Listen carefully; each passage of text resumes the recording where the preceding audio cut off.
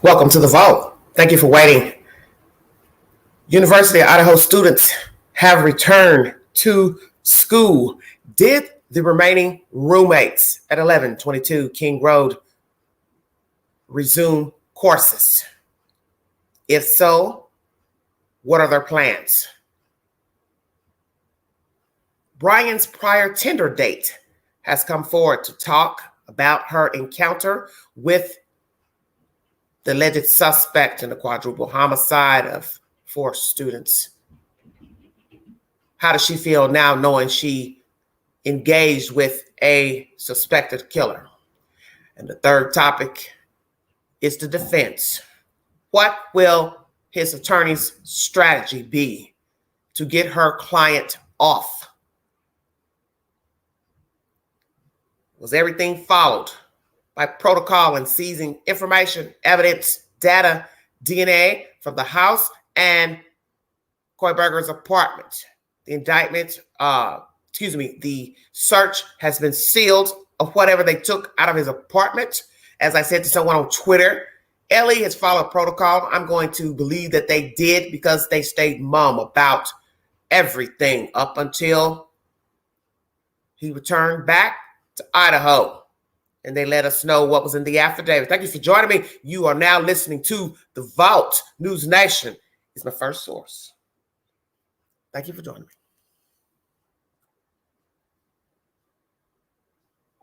Students at the University of Idaho begin the spring semester more than 2 months after 4 college students were brutally murdered in their off-campus home. News Nation covering the story since the very beginning. We have exclusive interviews from investigators, the parents of victims, friends, past roommates, and now one woman is coming forward claiming she went on a date with the accused killer about 7 years ago. Nick Smith joining us right now to share her experience. Nick? Yeah, Adrian, we continue to learn new information about Bryan Kohberger. One woman sharing what she says was her experience on a date with the man accused of the murder of 4 college students, and we're also looking into writing he allegedly posted online. This is Haley Willett. She says she met Bryan Kohberger on the dating app. She called his behavior so creepy that she only met up with him one time. She shared her story with News Nation host Chris Cuomo. He was touching me, and I just asked, "Why are you touching me?" And he immediately got very serious, and he said I didn't, and I just was like, "Okay, but you are touching me." And he was like, "No, I'm not touching you," and he just got very defensive about it. So I just let it go after that. But it was very weird. Now, Ms. Willett goes on to say that Kohberger kept trying to invite himself into her dorm room. She went to the bathroom, claiming to be sick. She says he waited outside the bathroom door. She says after he finally left, Kohberger texted her saying, "Hey, you have good birthday tips." She says that kind of creeped her out, so she never contacted or saw him again. And take a look at this. These are online posts that are alleged to have been written by Kohberger. The writing talks about demons, toxins, visual snow, and not remembering his childhood. The text was uncovered by hidden true crime podcast host Lauren and John Mathias. Here's what they told News Nation host Ashley Mansfield. Is the visual snow causing the mental illness, or is it the other way around? The screams, the demons, right? Those are in the moral domain. Those are not in the medical domain. So he's taking some of these medical issues and he's trying to force them into this mental illness box, I think, to some degree, when in fact we're probably talking about something that has more to do with values and is more about moral judgments, like being a criminal, than it's about medical issues. Yeah, the hosts talk about that visual snow as being like a haze, and maybe he's trying to craft a mental disability excuse. Kohberger was apprehended during the SWAT raid at his parents' Pennsylvania home on Friday morning, December 30th. Thank you for watching. News Nation is the source. Here in this commentary, you hear that the students at the University of Idaho have returned. Did the remaining roommates at that address that were in the house of this brutal crime, have they gone back to school at the campus? If not, what are their plans? Do they intend to transfer to another university, do online courses at this university? What are their plans? How do they feel since BK has been arrested and that they were the final people in the house and they are alive. What are their feelings? You hear a young lady has come forward to say that she went on a date with Kohberger many years ago, about 5 years ago or so, and that he acted odd, strange, odd commentary, wanted to touch her. She was not interested. Obviously, she wanted to conversate to get to know this young man better. And then he texted back after she's played sick in the bathroom. You have great birthing hips or good birthing hips, which makes no sense for any young man to be talking about any woman giving birth and you're a young person in college. That would be the farthest thing from the average guy's mind on a date, is how a woman looks as far as giving birth. It's the weirdest conversation I've ever heard in commentary. But that goes to show you that he did not know how to talk and conversate in general. That is why he remained mum certain times and boisterous at others. The narcissist side would come out to let everybody know he knew more than they knew as far as scholastics. But in the woman department, he did not know how to converse. And he is not the only male walking around that does not know how to carry a decent conversation. Let's get on with the defense pertaining to this crime. What will his defense be? Thank you for joining me. You're now listening to The Vault. Sit back and enjoy the ride. Link will be dropped after the commentary and audio has played during this live stream.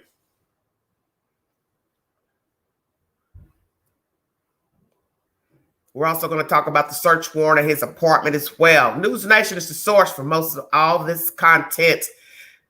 Defense attorney talks due process for Idaho suspect. Uploaded 4 hours ago. Thank you for joining me, News Nation. What did they seize from the apartment? Will there be a smoking gun in that apartment? Gathering of information. Are DNA from the victims found in the apartment, in his car?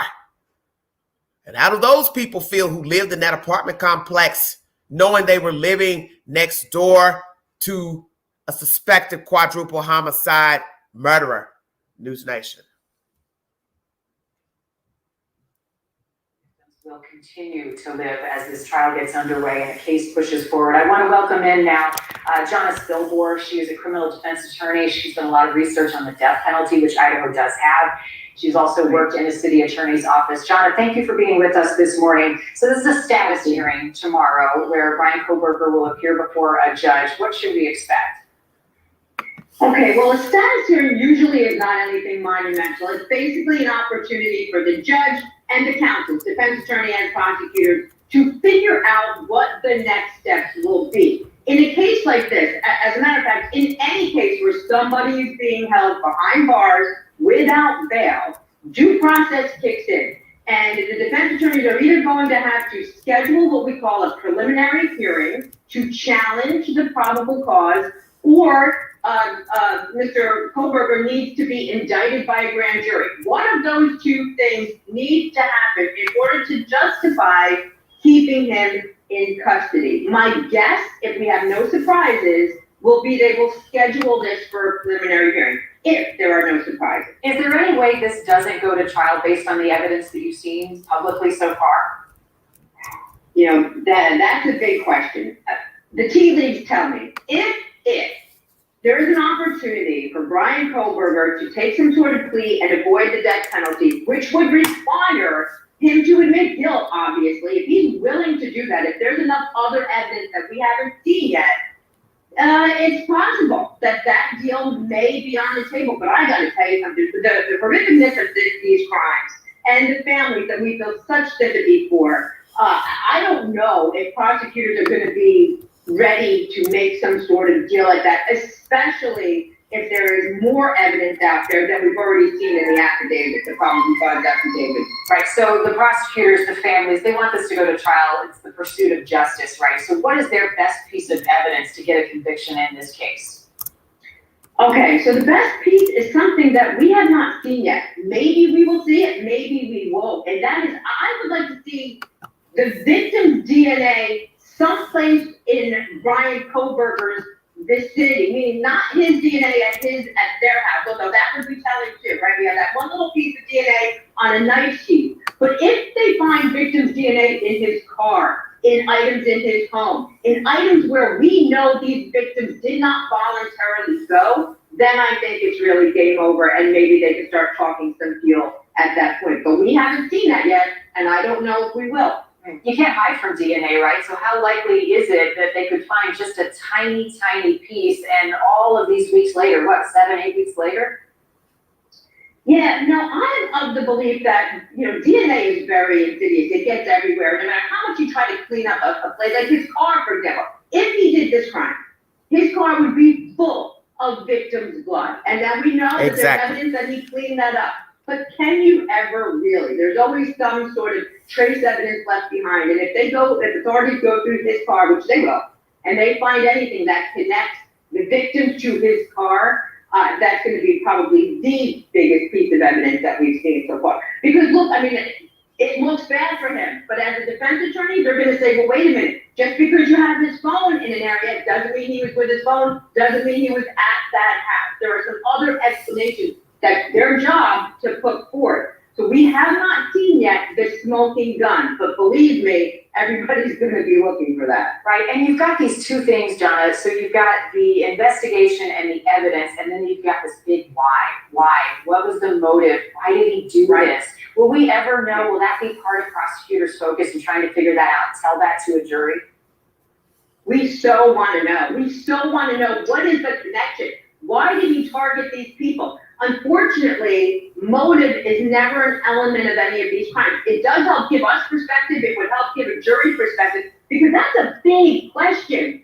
Why them? He wasn't even in that part of the country for that long. Why them, and why that night? These are major questions we may never have the answer to, and he still could get convicted. Quickly before we go, Idaho does have the death penalty. Likely in this case, if this thing goes to a jury? If there was ever a reason to have it, it would be a case like this. So senseless, multiple murders, yes. And perhaps if Bryan Kohberger's best defense might be just saving his own life and not trying to take this to trial to find him not guilty. It's been a sickening and chilling case since the beginning. Criminal defense attorney Jonna Spilborn, thank you. Appreciate your perspective this morning. Thank you for watching. News Nation is the source. Very pivotal information in this content. Do they have the right guy? Smoking gun. What is a smoking gun? Pings. DNA at the scene on the sheath. DNA of Mr. Kohberger'S inside of the house. Mixed in DNA, blood, saliva, semen, anything mixed in with the victims. Anything in the bathrooms, common areas, going in and out of the doors. Death penalty. Will the prosecution offer the death penalty? Will he realize he's caught in a trap? His foot is in the trap. He can't deny the evidence because we do not know what other evidence they have. Will his attorney say, hey, it's best you take a deal and ask for life, especially if the death penalty is on the table? Once again, will the state offer the death penalty? He is so rightfully deserving of it. Maliciously, intentionally killing 4 strangers for no reason. Stalking them is what I believe the state is going to present.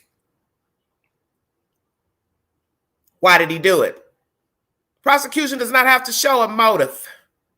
It is also the burden of the prosecution to show that he did commit this crime. The defense does not have to show anything. She just has to fight to get him off. So we have to hope and pray that everything was gathered properly within the law, such as gathering evidence, search warrants for the house, and also his apartment. I will play you content pertaining to the sealed document of the search of his apartment. Will he realize that there's more than one smoking gun in this case? The evidence is too high. He cannot fight it. He cannot explain it. He tells the lawyer, yes, I need a plea deal. Because the worst case scenario is that he's put to death. And naturally, a narcissist would not want death. They may have acted as if they didn't care about themselves while running the street free. But we know in the end, sadists, serial killers, rapists, they don't want death. They want to be able to breathe and still talk and spread lies and stories and embellishments for their own amusement. What will the defense be? Somebody else did it. He loaned his car to somebody. He loaned his phone to somebody. He has an imaginary friend, a doppelganger that committed the crimes. I knew one of the victims. They invited me over. I had a fling, a hookup. Somebody stole my knife. Yeah, that's my sheath, but I didn't kill the girls. They invited me over. The 12 times you see the pings, I was there. Yes, I was there at the house. They invited me over. Or I was in the general area. I got friends, associates. Then how would he be able to prove that? Because 4 are dead, they can't spin the story. That leaves the 2 remaining roommates. Will they say, yes, he came to the house, he was a visitor at the house? And if he says he had company in the general area, who is that going to be? Once again, possibly another imaginary person. I do believe he will implicate the dead people at the house and the surviving roommates as culprits in this crime, or people that invited him to the house, because when he sees the evidence piling up against him, he will have to say, yes, I was there, but I was there by reason. I didn't break in. I wasn't stalking them. But then we also have to realize they possibly have more evidence from his computer, devices, apps. What will they reveal?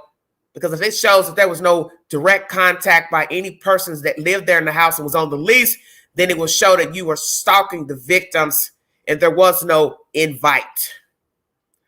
Let's now go to information pertaining to the sealed warrant of his apartment. Thank you for joining me. You're now listening to The Vault. Thank you for your time. Prayers for the community and the students.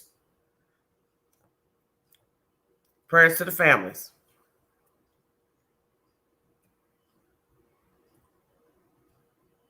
Bryan Kohberger apartment search warrant sealed.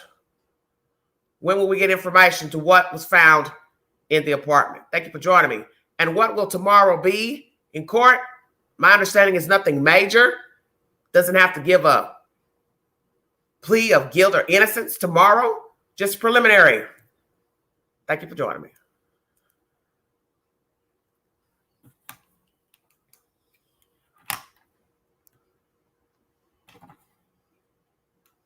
Just minutes from campus, as you saw, that's the scene. Just, yards and yards and yards of yellow crime scene tape wrapped around the house that used to be kind of a centerpiece for fun in that community. And that house is going to stay that way, at least for the next few weeks, because the defense has asked that it remain a closed murder scene until February 1st. Investigators were there as recently as Friday. They were taking things out again, including the mattresses, presumably. We think maybe for testing, maybe for preservation purposes, but they tried to cover them up the best they could. Then just a 10-minute drive down the highway, this is the scene, neighboring Pullman, Washington. That's Bryan Kohberger's home at the Steptoe Village Apartments. It's also been a beehive of activity where Kohberger was living on the night of the murders. And of course, the investigators have done a full search inside that apartment. They've hauled out loads and loads of evidence, including a computer tower. But all we know is what we saw with our own eyes, because as I mentioned earlier, the search warrant is sealed. And both the reason for them going in the first place, and then the accounting list of everything they took out. I want to bring in Darren Kaminoki. He's an attorney and the host of the investigation discovery show Deadly Sins. And Chris Anderson is a former detective who has investigated more than 300 homicides. He's the co-host of the investigation discovery show Reasonable Doubt. All right, you guys, I'm glad you're both here. When I saw the reason for the affidavit being sealed, I just thought it was pretty strident. I mean, some of the language made me think, heavens to Betsy. I mean, I've seen search warrant sealed before, and it says we want to preserve the investigation. Period. A story. But they used this language that was, prematurely end the investigation, threat to public safety. Darren, I'm going to start with you. As a lawyer, what do you make of that language? Well, I think the threat to public safety is the idea that if they release the affidavit and the items that were actually seized, that it could compromise the investigation. and that the individual that everybody is so confident actually committed the crime may be able to dodge a bullet as a result, that the integrity of the investigation would somehow be threatened. Although I hate to take the wind out of anybody's sails, but I'll just remind folks that are feeling this sense of relief as they go back to school that an arrest is not the same as a conviction, and that there's a very different standard of proof that's involved. And of course, that's one of the fundamental reasons why that the information concerning the search warrant is kept under wraps. So Chris, jump in on the fact that this is neighboring, Pullman, Washington. It's another state altogether, and I get it. Police work together. They work in tandem. The FBI is working with the state, is working with Moscow, but now you're in another state. Was this a request made by the teams that are working, the prosecutor possibly, in Idaho of the Pullman police? And would they play in the stand as well? Would they instantly acquiesce to any request that might be made? Absolutely. Look, there's information that suggests that the defendant in this case is actually guilty. No police department wants to be the cause of any disruption in the investigation. So they're going to do everything that's asked of them to not release information, to not say too much about what was found or what they did, because it only goes to help the defendant and his defense in this case. So yeah, I can see them not wanting to say anything. Sometimes it's a tip your hand thing. I'm going to get to that in a minute. But first, I want to read a second part of why the reason was given to keep this all under seal, because this one really piqued my interest, Aaron.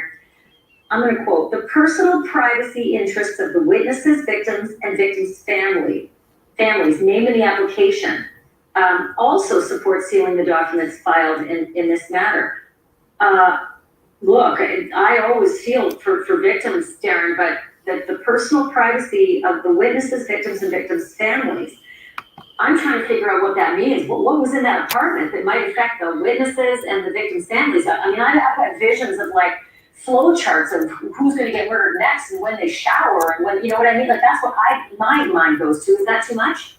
Well, no, it's not too much. I mean, that's the kind of obviously very compelling evidence that law enforcement officers hope to discover in this guy's apartment would be evidence that he planned or participated in other crimes. But in terms of the language that you're pointing to, I think about the victims here. And oftentimes victims make certain lifestyle choices that could subject them to public criticism. There could be private medical information that just generally out of decorum don't want that information released to the public. And let's keep in mind that what's really, really vital here is for law enforcement officers to maintain the integrity of their information. And you mentioned it earlier about how reporters are looking for people to talk to and how they would just glom onto somebody. Well, if there's, say, a confidential informant, somebody who gave information to law enforcement to help justify the issuance of that search warrant, you don't want that person being identified. You don't want to send the media out there to start doing their investigation or getting quotes from that person, because frankly, the more statements that are made to the public by a potential witness in the case, the more opportunity there is to develop information that a good defense lawyer can use in cross-examination. So it may just be about the integrity of the evidence, and obviously for reasons of decorum to protect the privacy of the tragic victim. That is where I come in on the decorum, because Chris Anderson, as a detective, when you read these, I'm going to read it again, because every time I read it, I get a different vision in my head of what's in the apartment. The personal privacy interests of the witnesses, the victims, and the victims' families. What on earth does your mind go to about what's in Bryan Kohberger's apartment when you're talking about the witnesses in this case, the victims, and the victims' families?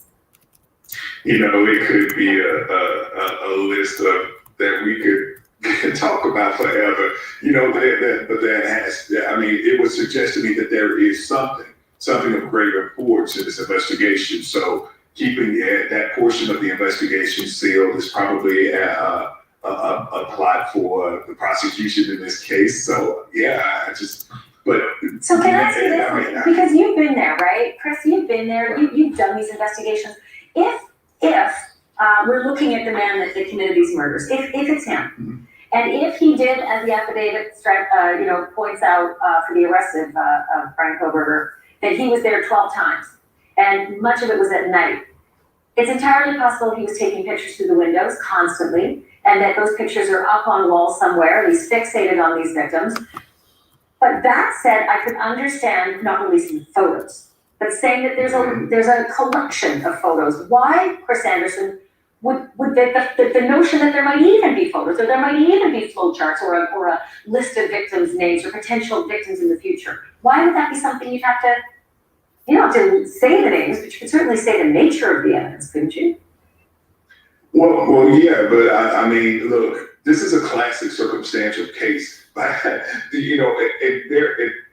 no means has this man, is there enough evidence in this case to convict this man. So this is still an ongoing investigation, and I think it may be in the best interest of the prosecution and for the public for this person, if there is probable cause that exists that he did commit these very heinous murders, that he should be in jail, and they should continue their investigation, because there is information that's coming in at every step.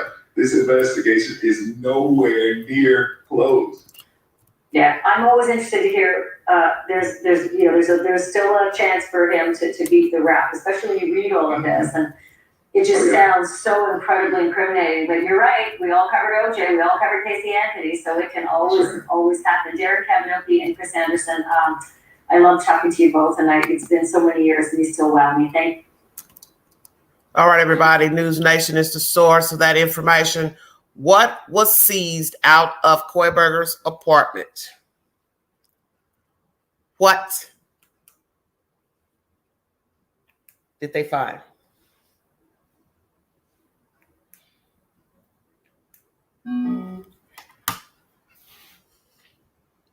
As you hear this young man speaking, I call him young man. You've seen him a lot, African-American male, on a lot of First 48 episodes. I do believe he's retired from the current police station where he's working. I think he's working for a university police department now. Still an ongoing investigation, preservation of names, information coming out of his home, data. So that lets me know they're trying to do everything by the book. I go into this case very positive because, as I said, there are certain things that we've learned that possibly took a while to do, such as getting his DNA while he was still living in Washington, because he was on Washington soil for a month before going out to Pennsylvania with his father. So I do believe they could have gathered his DNA and then wait for the information to come back from the lab pertaining to what they found at the house. But nonetheless, this information is sealed pertaining to the warrant of his apartment.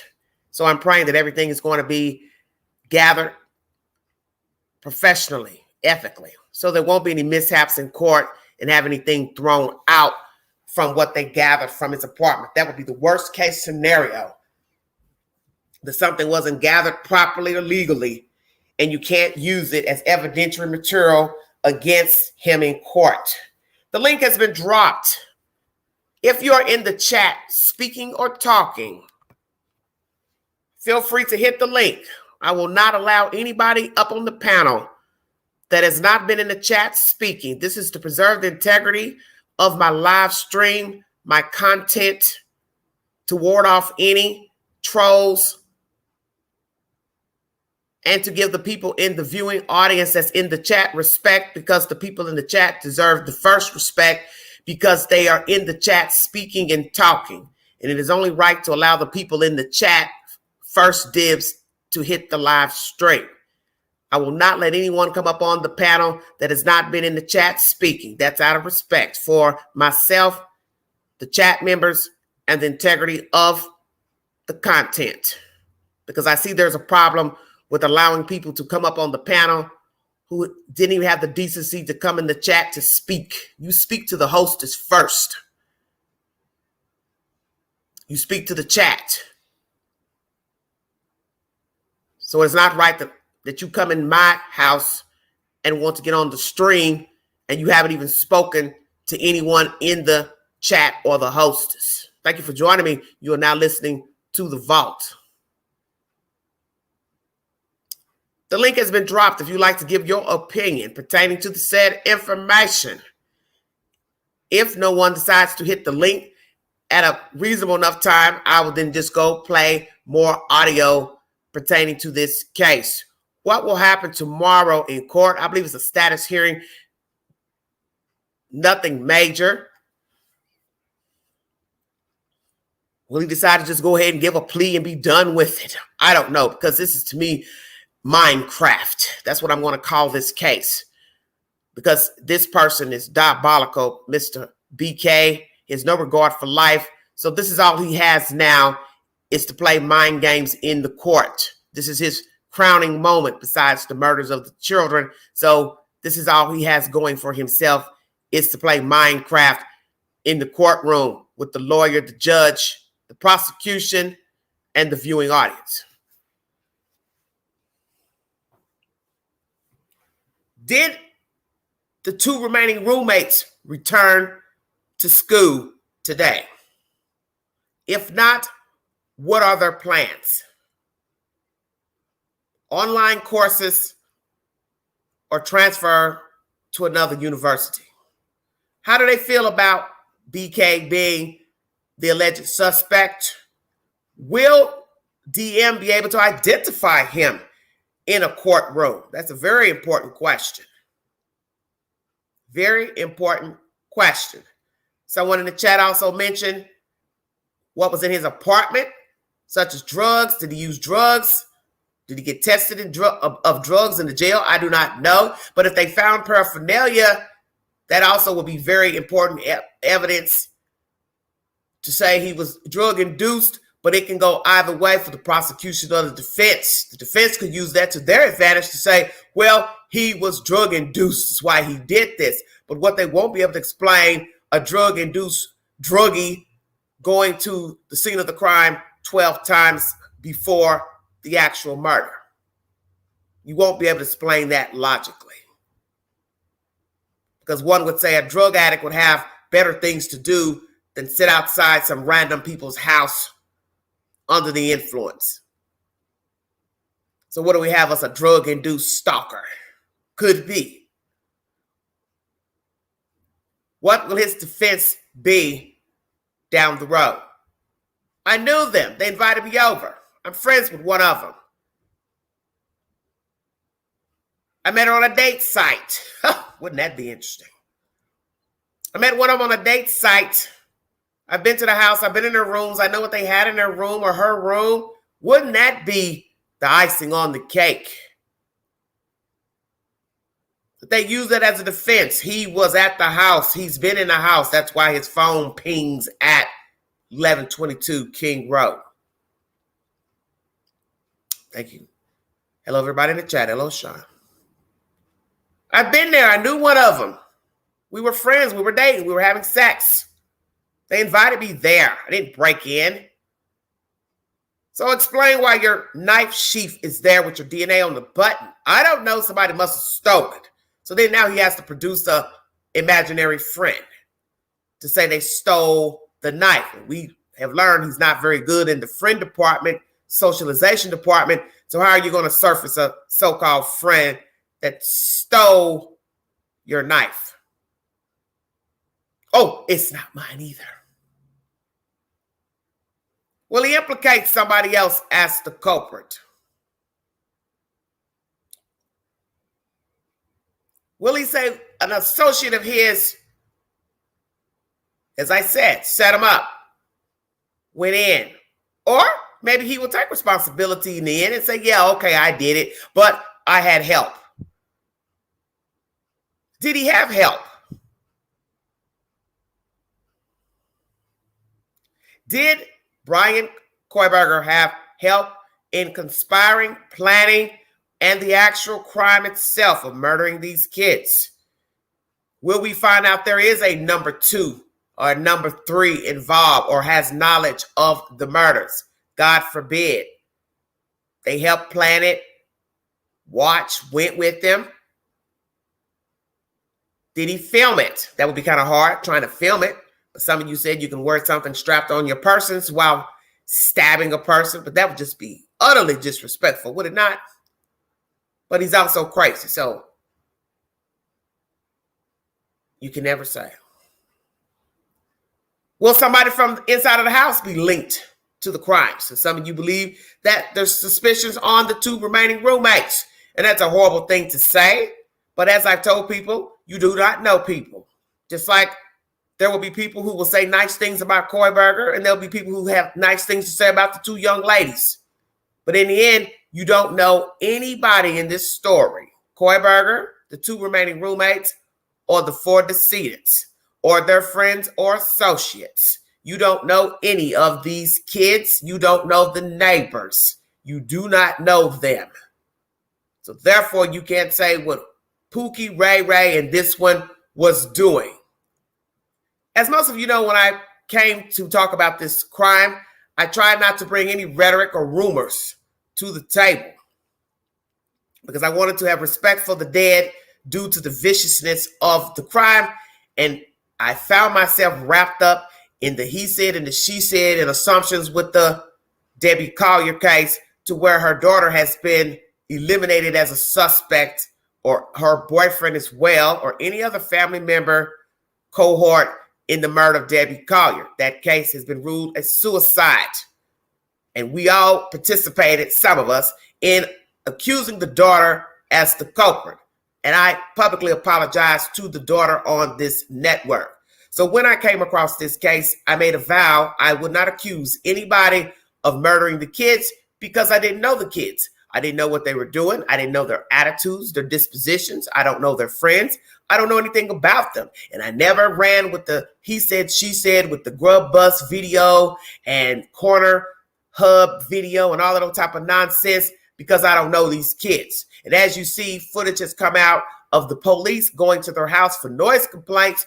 It could have been a neighbor sick of the noise. Could have been somebody that wanted to go out with one of the girls. Could be somebody upset that this Ethan guy was dating Xana, or he hung with the girls, or could have been anyone, because you don't know the kids to say who did what.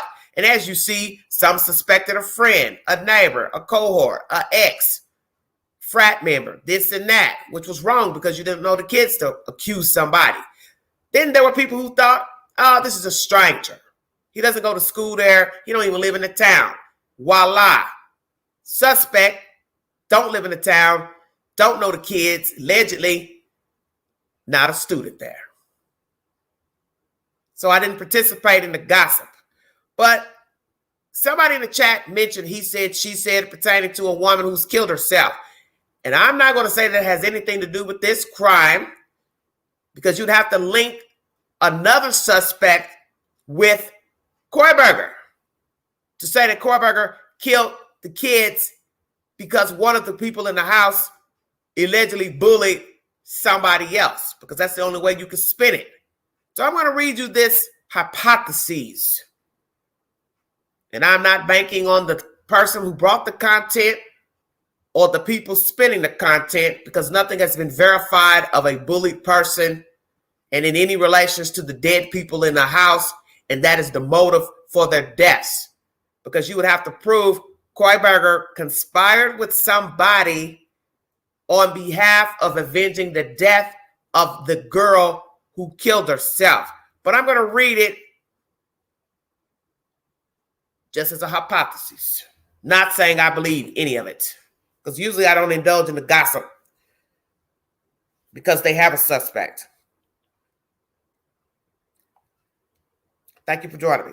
Feel free to hit the link if you want to give your opinion pertaining to this case of the defense, the roommates returning to the university, and a prior young lady who he met on Tinder has spoken to the public. Feel free to go back to the beginning of this live to get the said information. All sources are revealed during the live stream via the YouTube queue and my community page. Thank you for joining me. You are now listening to The Vault.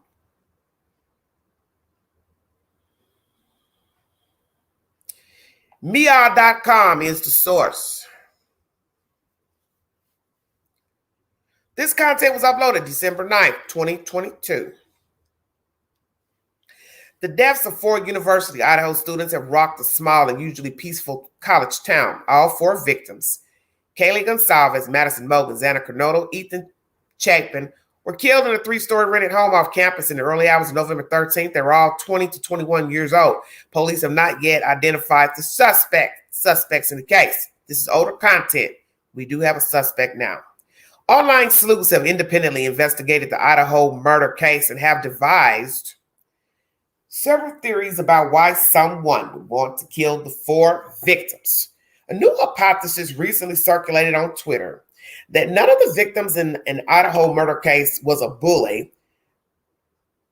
That one of the victims in the Idaho murder case was a bully, and that their actions had caused a former roommate to take her own life. Who was Hannah Clear?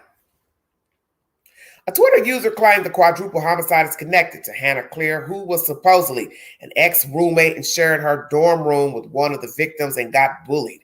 Her birthday, November 15th, with the post, the user has even shared 2 images. One of the images is supposedly of Hannah Clear, which is captioned, Hannah was born on November 15, 2000, and passed away on February 24th, 2022 at the age of 21. A user from Instagram had commented on Madison Mogan's post after she died, commenting, "You deserve everything that happened to you, especially after what you did to that poor girl. You elitists are all the same. I'll be reserving my spit once they properly bury you." This Lily in London says, she's on Twitter, to clarify, Hannah Clear took her life in February. Apparently she shared a dorm with one of the victims and got bullied. And it shows Hannah Clear, Caucasian female with glasses. She looks like she has had shoulder-length hair and was a heavy-set white girl. All types of replies. I dare not even go into that. But anyway, these hostile comments were made by Instagram users on Madison's profile as these bullying theories were pushed by internet conspiracy theorists. But there is absolutely no proof about if these theories hold any water or if they even shred of truth to them. Despite the fact that they are still unaware of whether the attacker specifically targeted the students or their apartment, police highlighted their concerns about the incident once more on December 1st. Although no suspects have been identified or a murder weapon has been located, the public has been urged to come forward with any information that might help solve the case. This article contains remarks made on the internet by individual people and organizations. MEOB cannot confirm them independently and does not support claims or opinions being made online. Who was Hannah Clear?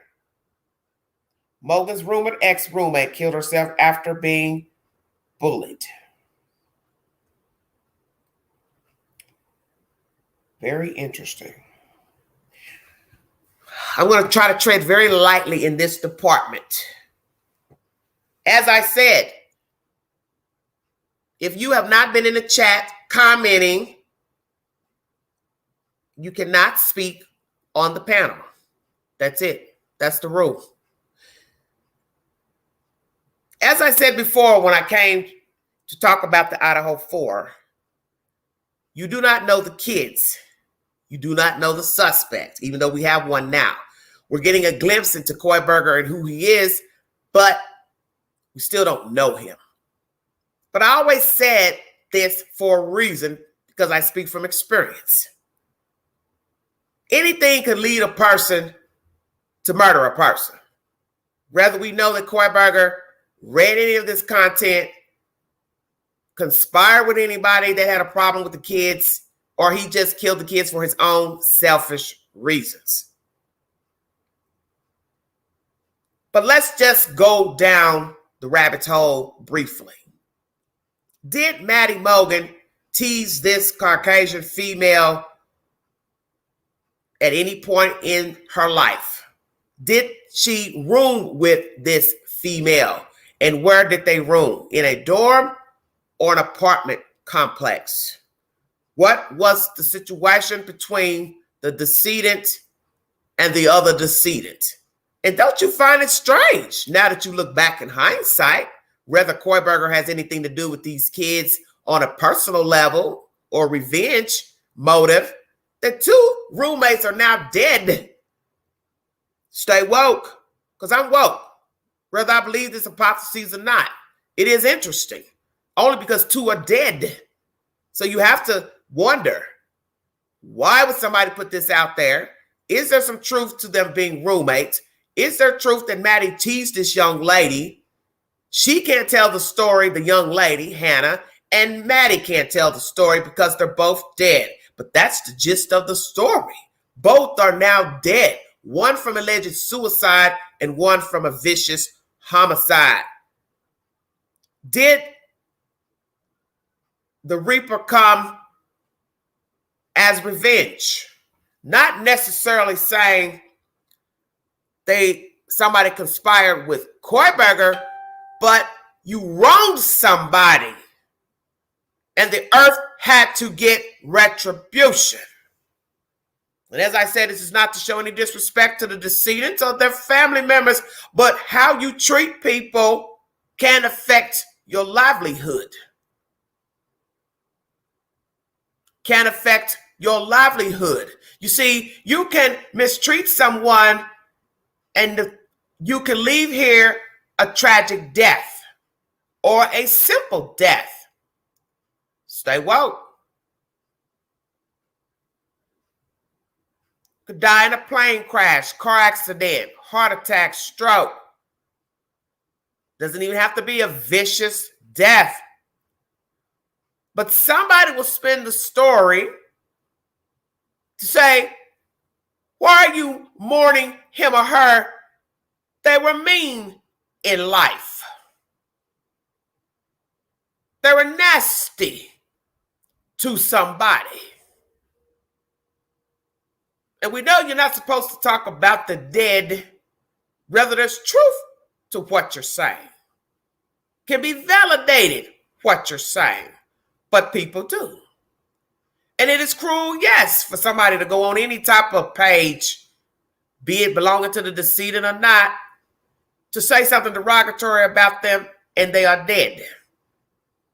But maybe somebody knows something about Maddie Mogan and this other dead person. And what will be sad is that Maddie did tease the girl and she killed herself from being bullied by she and possibly others. So you have here a double tragedy, if indeed the allegations are true. She roomed with this girl. They didn't get along. Something popped off between the two or more, and the young lady took her life. And yes, that's the point I'm making in this live, is that karma does come back. And that will be very interesting to know that there is validity to the allegation that Maddie or her friends or associates teased this young lady or others, and retribution came home. And yes, we are all flawed, have been young, done stupid stuff, said stupid stuff, conspired against people, lied on people, stolen from people, robbed people, scammed people, lied, fornicated, adultery, all the sins you could come up with. And one would say, but did I deserve death for my sins? And if you believe in the scripture, he says that God, in his own words, not man, the wage of sin is death. And yes, the tongue is spoke of in Psalms. Speak it, and it shall be so. And I'm not here to try to preach to anybody. What I'm trying to tell you is that the universe is powerful. And I say universe, depending on your perception of a higher power, is that the earth has to get it back. And someone once told me that many years ago, when it comes to doing wrong, The earth has to get it back. It's due to her. So this is why you see the things you see on the earth. She's not happy with what you've done to her. So you're littering, you're a litter bug, you're nasty, you're vile, you violate the community, you violate the people, you put graffiti on walls, you talk nasty to people every day, you're using people, stealing, conning, defrauding, fornicating, raping, assaulting, murdering, attempted murder, beating up people, bullying people. The earth has to get it back. Be that God, Yahweh, Allah, whoever you believe in. The earth has to get it back. The deaths are tragic. Whether you believe Kohberger committed them or not. But it would be very interesting to know that one of these people was a bully and caused the death of another human being. They didn't pull the trigger. They didn't stab her. They didn't push her off a ledge or a cliff. But she took her own life because she felt ostracized by one of the victims or more. And what will be even more disturbing is that the other people who died in this house at 1122 King Road were also a part of the bullying. That would be even more devastating. You have to own your part in everything that you do. Your actions, your tongue. I am not here to say that these allegations are true, but it's very interesting when someone was bringing this in the chat weeks ago. Yes, I will delete the comments because I didn't want any gossip in the chat because it messes with the content. It messes with the content. And before you know it, it's gossip in the chat and not facts. And I didn't build my channel on gossip. But now a suspect has been introduced into the fold. We do not know the motive. We do not know how he found the children.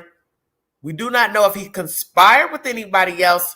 We do not know if someone linked up with him, vice versa, to aid the murders. This could just be a one-man show. So that's why it's important that the evidence retrieved from his home was done properly. Because you do not want any mistakes to where the evidence will be thrown out in court because it was not gathered legally. Because I believe that whatever is found at the house, it is going to show motive to the deaths of these kids. Inside of his car, as someone said in the chat, it will be very hard to get blood out of the grooves of the pedals. Exactly. In no way he got down there on his knees, spraying the grooves of the pedals. I doubt it. He probably vacuumed around the pedals, vacuumed the floorboards of his car. But did he spray the gas pedals? Because that is where you're going to find the DNA from the victims.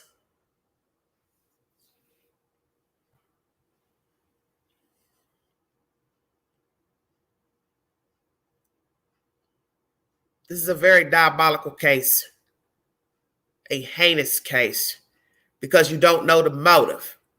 And as an outsider, that is what you're looking for logically.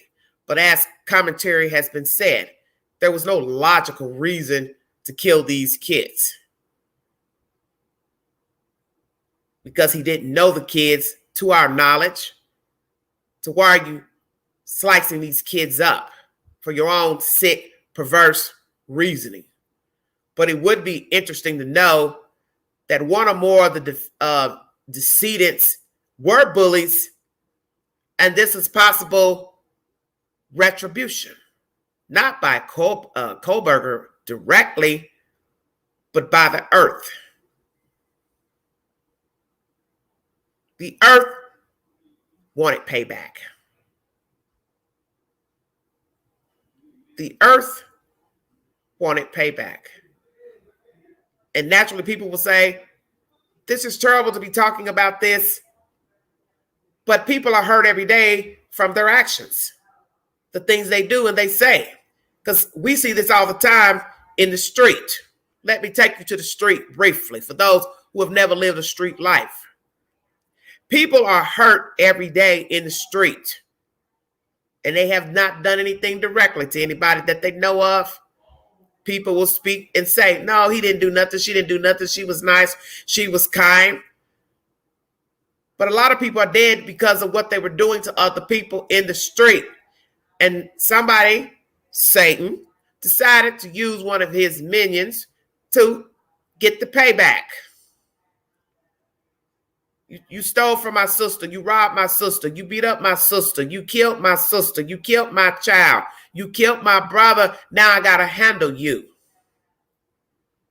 I got to get payback. So then they go out and they hunt the person down.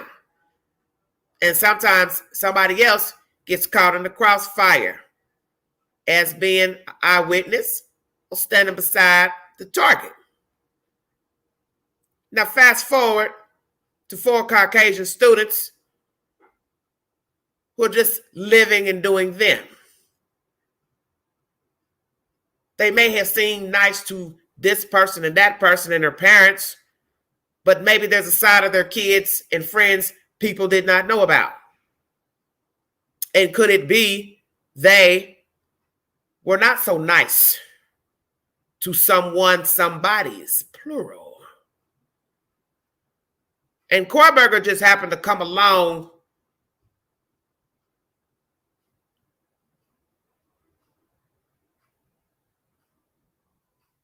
as Satan's revenge on some way back.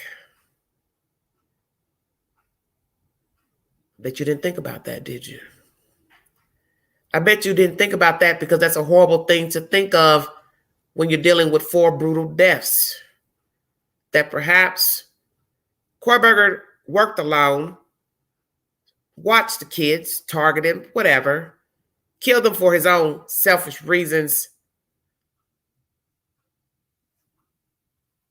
But the devil used him still as retribution for some way back. If you'd like to donate to this great network, $ Big Angie 129 Cash App. All stickers and chats are welcome during this live. As I've said before, you are welcome to chat in the chat as to be respectful to the host in the chat and the integrity of the content. But the only people allowed on this panel are people who speak in the chat. That is the new rule.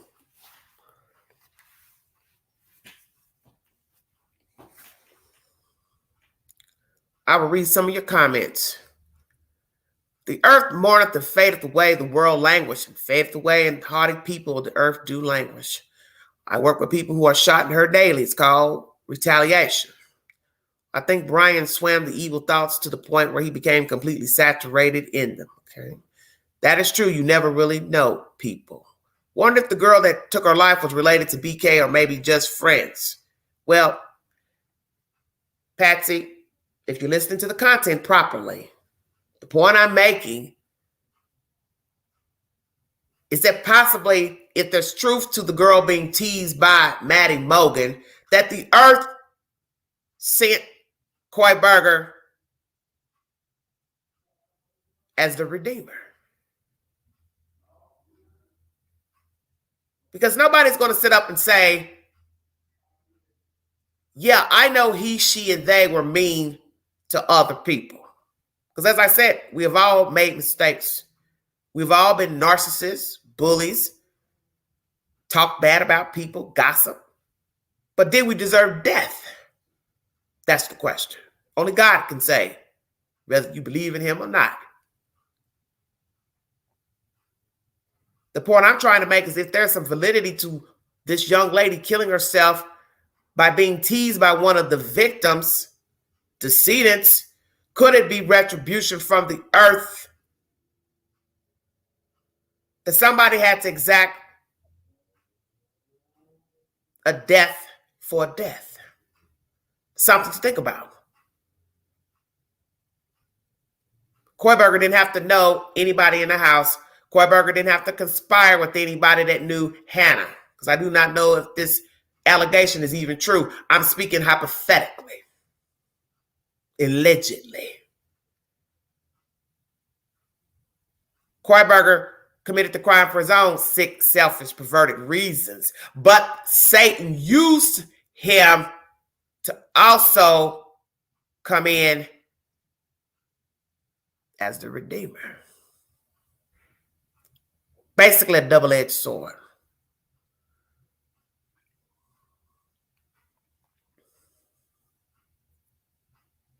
We need more info about the past of the third floor victims. They still should still have the benefit of doubt, rumor, or truth.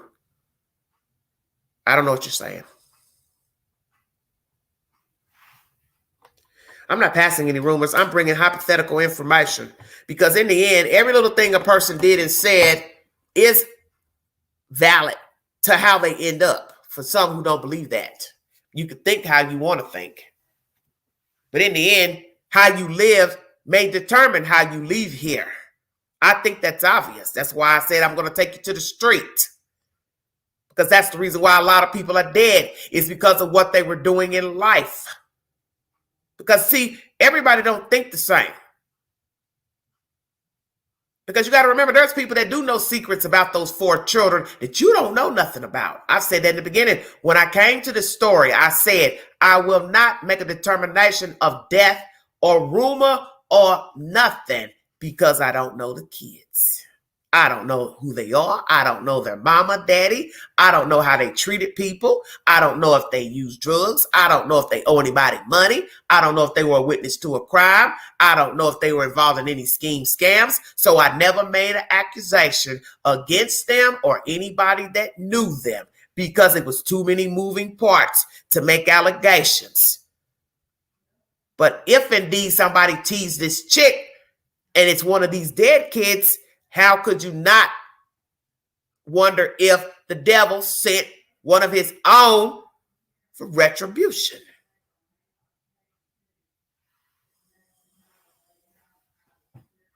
Exactly. What goes around comes around. Sometimes, indeed. It's not to say it's truth to it. But I've heard people speak of people who were murdered. And the first thing that comes out of some of their mouths, they'll say, well, you know what he did, don't you? You know what she did, don't you? You know how they were living, don't you? They weren't so nice. Such as the case I brought you out of Anderson County of Mr. Black. Some people may not have cared for him as a person because if we're to believe that he was a shyster in the dice game, somebody felt cheated by him. He made smart remarks to somebody. He put his hands on somebody, allegedly. So that was the jump off, allegedly. Now he's dead. Not allegedly. So all it takes is one smart ass comment, one wrong move, one wrong action. Now somebody wants payback. You embarrass somebody. You put your hands on somebody. A man can't hit another man in public and think there won't be a payback. Fast forward, children mocking each other, making fun of each other, teasing each other, playing pranks on each other. Now people are gossiping about it. Stay woke.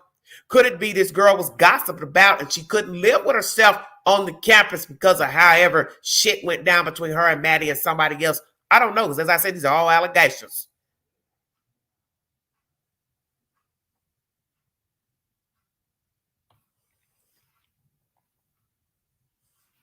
You're entitled to your opinion. It's just a hypothetical. So far, I do not know if anything's been substantiated or not. But so far, Mr. Kohberger is the suspect in this crime. Who he knew and how, I do not know. What were his reasons? I do not know.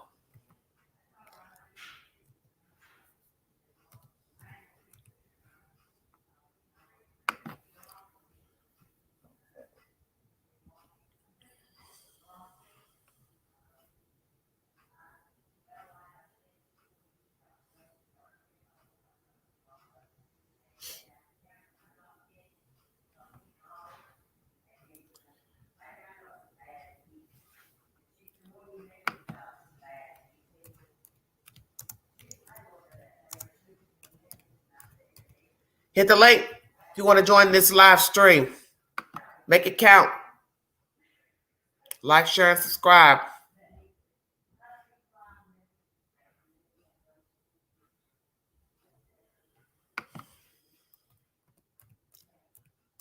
If you are new to this channel, new sub, please hit the link.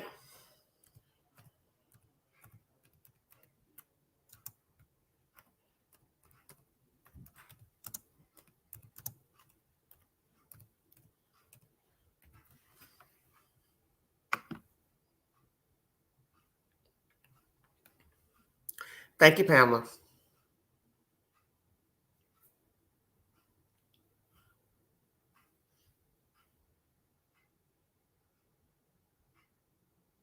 Yes, Pamela, if you'd like to give your commentary, feel free to hit the link. Thank you.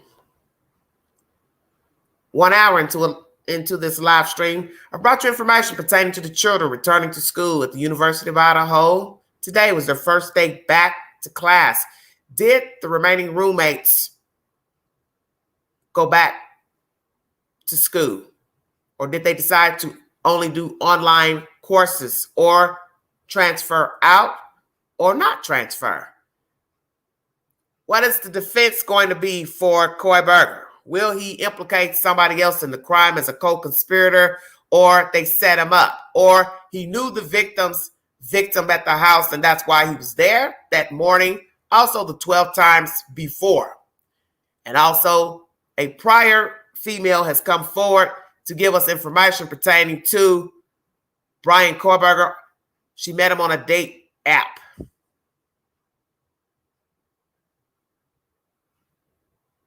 Well, Jeff, he didn't become like a serial killer. The killing was already in the making. That's obvious. I do not believe he killed because of a scary movie his sister was in, or he studied under Ramsland, who interviewed BTK. He was already tainted before he met these kids, before he studied under Ramsland. He was already tainted. It's obvious. You see, what happens is one thing begets another.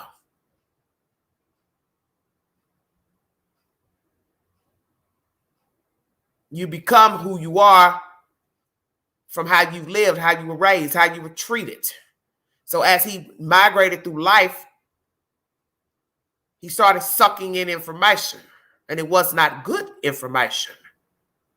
He became more tainted. So now we're studying psychology, criminology. He knows something is not right with him. He knows he has evil thoughts. And the more he studies people in general, doesn't matter if he's a serial killer or not, he has become immersed in the information. And 9 times out of 10, there's truth that he was studying these fields because he knew that's how he thought and felt. The numbness, the devoid of emotion. Can't relate to others, no empathy for others, sociopathic behavior, being a chameleon walking around pretending to care, but I really don't care. He could identify with the content. I do believe he studied criminology because he knew that's how he felt.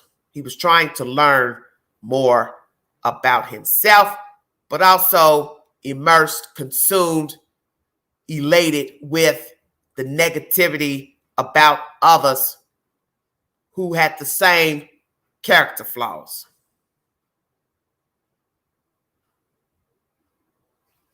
Let's hear more about the Tinder date. I played the content earlier, but I have new people in the chat, almost 200 viewing. Let's go over what that young lady said. Thank you for joining me. The information pertaining to that hypothetical situation with the Hannah who killed herself, that's by me, y'all. You entitled to believe the information or not. As I said, it's hypothetical. I do not know if there's any truth to the young lady being Maddie's roommate at one time, or that Maddie Mogan teased her before the young lady unalived herself. Thank you for joining me. All content in this live stream has a source if you're curious to the information. News Nation has been the source of all of the information. Prayers for Mr. Damar Hamlin. He has been released out of the hospital. And also 2 days ago, Quentin Simon would have turned 2 years old. Prayers for justice in his case.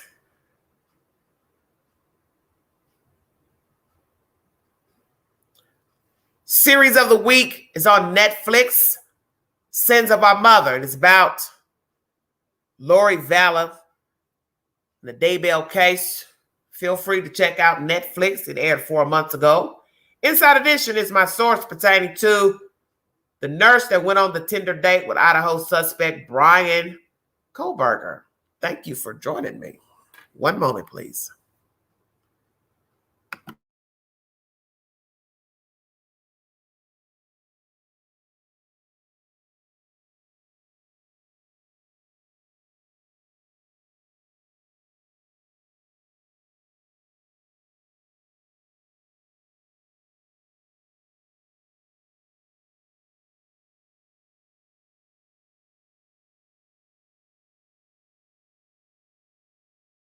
This woman couldn't believe her eyes. I recognized him immediately, and my heart just sank because I couldn't believe that, like, I was face to face with this guy. Nurse Haley Willett says they met on Tinder in 2015 when they were both psych majors at Pennsylvania colleges.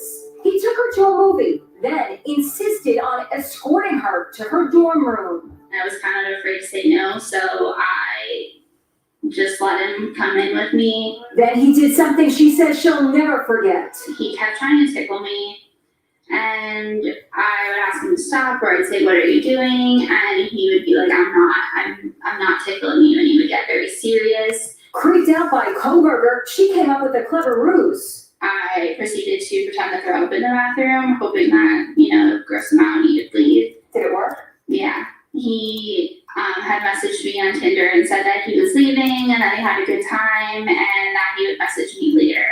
And then about an hour later, he messaged me and he said that I had good birthing hips, and I just never messaged him back after that. After what happened to the 4 Idaho students, Haley thinks she had a lucky escape. It could have been me. And this woman says she knows and sympathizes with what Dylan Mortensen is going through. Dylan is one of the 2 surviving roommates and didn't call 911 for 8 hours, despite coming face to face with the killer. She told police she was in frozen shock. She is not to blame for anything. Absolutely not. Alana Zabel is a yoga instructor who attended Buffalo University in New York. She lived with 4 sorority sisters and suffered an eerily similar trauma. One night in 1992, a rapist broke into their home and attacked a student. Alana heard the attack, saw evidence that there had been a break-in, and even saw bloodstains, yet she convinced herself nothing was wrong. I felt someone in my room, and then I lifted up my head, and there was no one there, but then the front door closed. She waited 6 hours to call 911 and will never forget the horrific scene she found in her housemate's bedroom. Her mattress was 3/4 of the way soaked with blood. The walls were covered in blood. Everything was covered in blood. She says the murders of the 4 students in Idaho brought back nightmarish memories. She fears Dylan, the surviving roommate, is likely to be traumatized for years to come. She's going to beat herself up for the rest of her life, so we don't need to do that for her. The attorney representing the family of one of the slain roommates says Dylan is also a victim in this case. adding that she provided information about the assailant which proved beneficial. How do you feel about that information? That she's considered a victim, although she was not attacked, assaulted, she was not cut, beat up, shot. 4 kids died in that house. She waited about 7 hours before bringing forth information whenever she and the other roommate found whomever first. We do not have that information. There was a rumor on social media that Ethan was found in a common area. Do not know that that has been validated by officials because they stayed mum at the beginning of this investigation. You also hear a young lady speaking that she went on a date with him many years ago when she was in college. He took her to the movies. Then they returned to her dorm. But his behavior was odd. He was wanting to touch her. She was not interested. She went into the restroom pretending to be sick. And then he left and texted her later that she had great birthing hips or good birthing hips. As you can see, he doesn't know how to talk. He didn't know how to talk then. That's just 5 years or so ago. Because he is a young man, 28 years of age. Has he ever dated? Does he have a girlfriend? Did he date anybody before moving to Washington from Pennsylvania? Did he try to date anybody in the short months that he was in Washington? I do not believe he was in killer mode when he went on this date with this young lady, because that would have been foolish of him to kill her knowing he just went into her room. 9 times out of 10, the dorm has security cameras. Kohberger wasn't a killer then. So that's why she's alive. He wasn't in killer mode 2017. Because if he was, he would have killed her. But he was in the making, I do believe. How many dates did he go on through the Tinder app?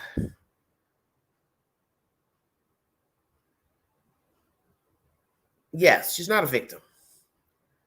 And that's my opinion. She or the other girl are not victims. How many women did he go on a date with from Tinder? How long was he on the dating app? How many people responded to his messages? How many women did he talk to on the dating app?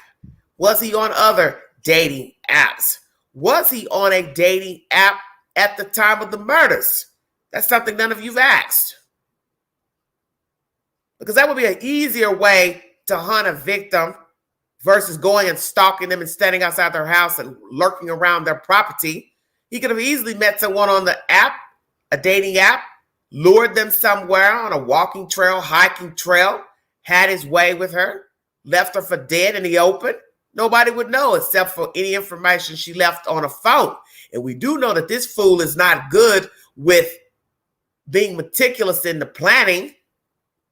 He left behind a sheath. His car has been seen at the crime scene, gas station, phone pings, whatever else evidence is left behind at 1122 King Road, plus his own apartment. He didn't plan this thoroughly. And this is modern day. So he should have known his car was going to be seen, or he was going to be seen going to the house, sitting outside, walking outside, gawking, lurking. He messed up. So one could ask, did Kohberger want to be caught and play this mind game, Minecraft, with the judicial system as to revel in the murders themselves? Thank you so much for joining me. Inside Edition was the source of that information, if you need verification. All information is posted to my community board via the YouTube queue. Thank you all so much.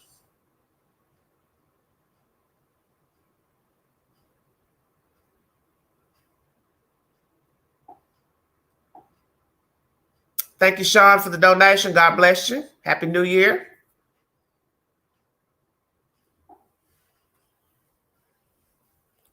Yes, it's a very scary thought. Well, Patsy, people make mistakes. They go to people's houses. They let people into their house, get in the cars with them. People have been doing it when there was no date sites. That's why I keep trying to tell people about social media and date sites. People have been making mistakes in meeting and greeting people when there was no date site, no Twitter, no Snapchat, no Facebook, no IG, none of that. And if you are a demon seed, you were a demon seed before Facebook, Twitter, so on and so forth. These tools are just used to an advantage to a perpetrator, scam artist, sadist. That's all. I think the media is setting up that DM should be off limits at the trial by the public defender. We'll see.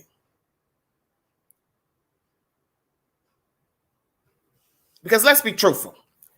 It's easy to judge the Twitter and all that, but Twitter and Facebook as an entity doesn't have feet. People make the apps what they are. So you can't just keep saying Facebook's bad, Twitter is bad. Yeah, it's bad because the people on it are bad. But in the end, it's the people that make the app. It's the people that make YouTube. It's all the same.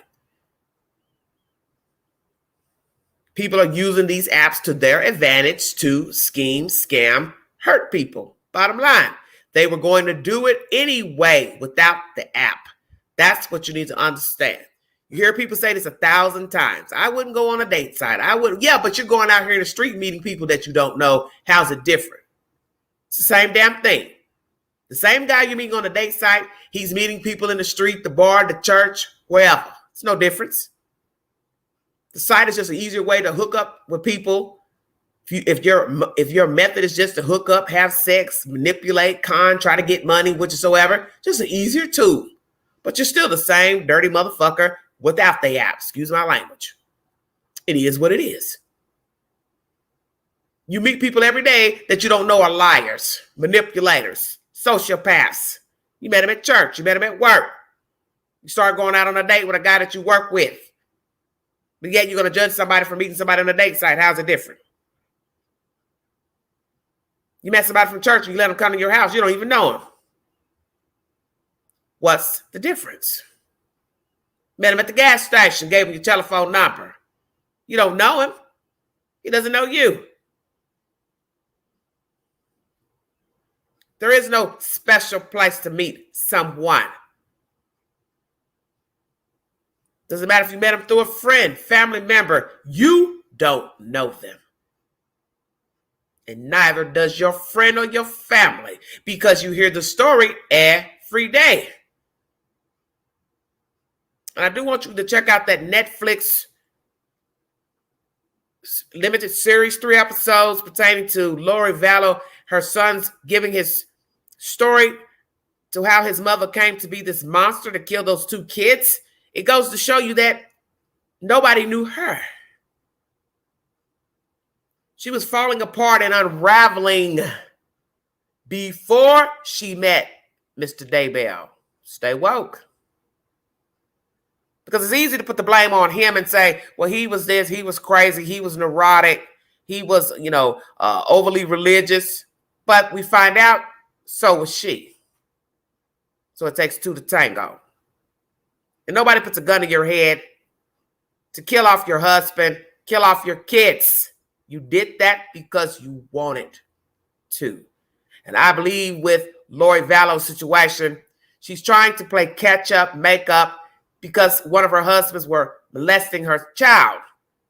So she's trying to tell the universe, I want more, I need more. God, please make my life better.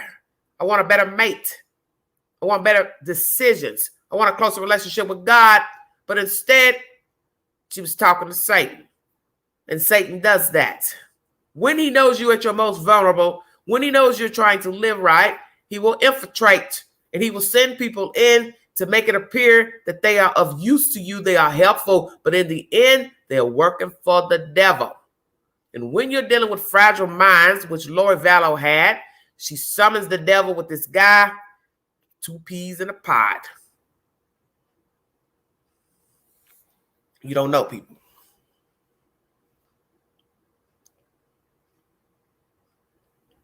The point I'm making about knowing people is that people are dead from people that they thought they knew and they did not meet them on a date site. They've known them for years, allegedly, married to them, dated them in relationships, thought they was a good neighbor, friend, but they are no longer alive. That's my point. The date site is just an app. It's not the determining factor of what will and won't happen. You have to use precaution meeting anybody, whether it's your neighbor. You can speak to somebody 5 times in a week. You could be loading something from your car and they come across the street and offer to help, or they come out their apartment door offering to help, and you foolishly let them help you push something inside your door, chair, dresser. Who is to say what's going to happen when the door shuts, that they don't turn on you and cut your throat, rape you, leave you for dead? That's my point. You do not know people. There's no such thing as knowing someone. You hear this lady speaking in this commentary about her ordeal living in a house with some people. She felt somebody was in her room, but she didn't get up to inquire. Allegedly saw blood stains, which I don't really understand that. If you saw blood somewhere, why didn't you further investigate and then call 911? Because if you found blood somewhere, wouldn't you follow the trail? Be curious. Who's this bleeding? Where is this blood coming from? But yet she goes back to bed. Same thing in this situation here. Allegedly, she didn't see blood, but she saw the perpetrator. To me, it's all the same damn thing. Then she says she wakes up and finds blood everywhere in the friend's room, mattress, walls. See, there are people who don't live and think the same. That is the reason why we have the crimes we have and the coddling of criminals because of a person's response. You felt somebody was in your room. Well, then where did you go to see blood? Because that makes no sense, that conversation. Maybe I misheard it. That means you had to step out of your room. Unless he was coming for you afterwards, peeping, and you saw blood in your room. Well, if you know the blood wasn't yours, let's say you found it in your room and you woke up. Wouldn't you wonder where the blood came from? So wouldn't you walk back out of your room to see where the blood came from? I think that would be the discovery that your roommate was bludgeoned or hurt. See, that makes no sense to me.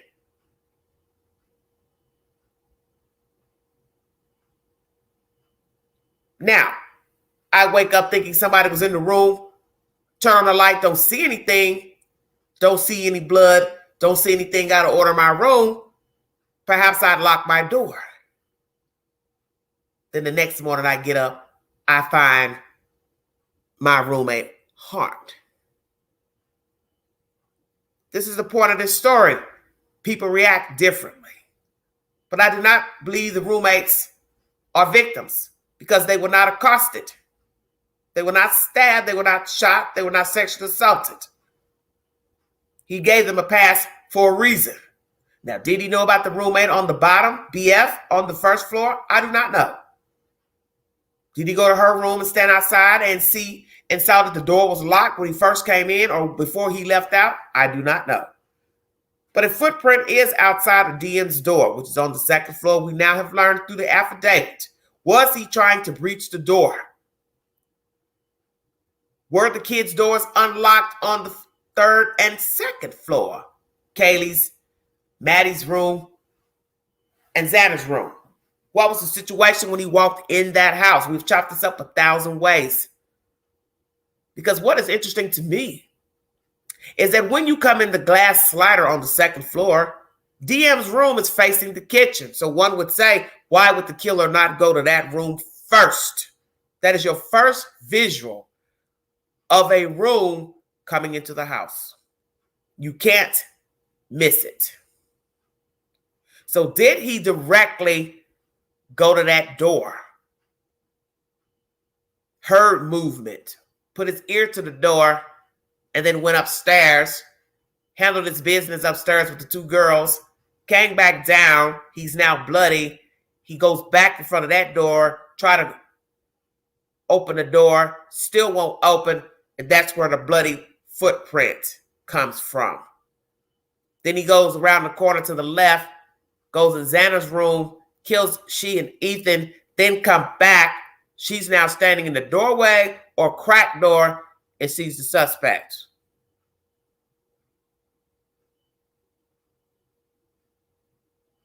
Because he tracked blood either way. Either coming down from the girl's room on the 3rd floor or coming from Xana's room and standing in front of her door. And in order to stand in front of the door, that means he was close to the door. So which one was it? I'm confused.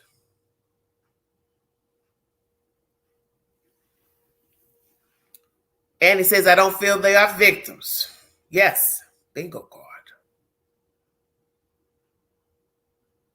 If you are chatting in the chat right now, you're welcome to hit the live stream and give your public opinion pertaining to Kohberger's defense. Will he implicate somebody else as a co-conspirator or the suspect? Will he implicate the girls in the house as being people who invited him to the home? Somebody set him up? Did the roommates return to the university today as students? What are their plans? And a former date has come forward to give information how she met Kohberger on a dating app. Thank you for joining me. Well, it could be him walking past. Could be him walking from upstairs, walking past from Xana's room. I do not know.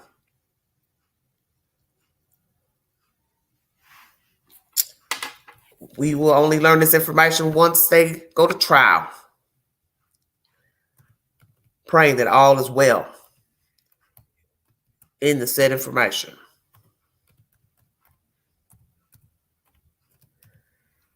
It's a lot to dissect, especially when you don't know everything. So it's easy to hypothesize and assume certain information when you don't know what all has transpired. And I don't know if the truth will ever be revealed about what happened inside of that house. I don't even think you'll ever get the truth.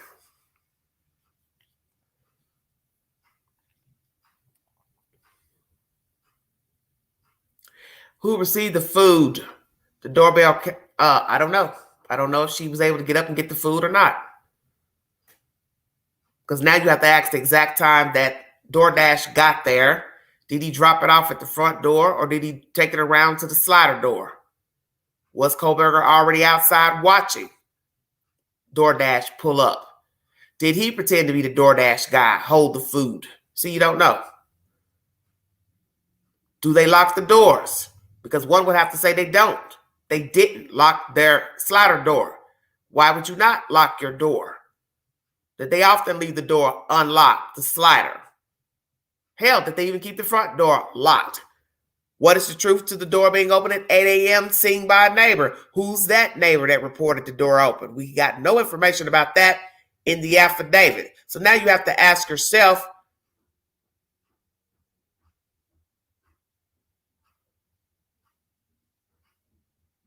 the obvious questions. Did they ever lock their doors? Because there's only two. Front door and the glass slider. And if Kaylee actually stayed in that room up until death, did she ever lock that slider to her bedroom? Was she actually living in the apartment or she wasn't? That has not been verified.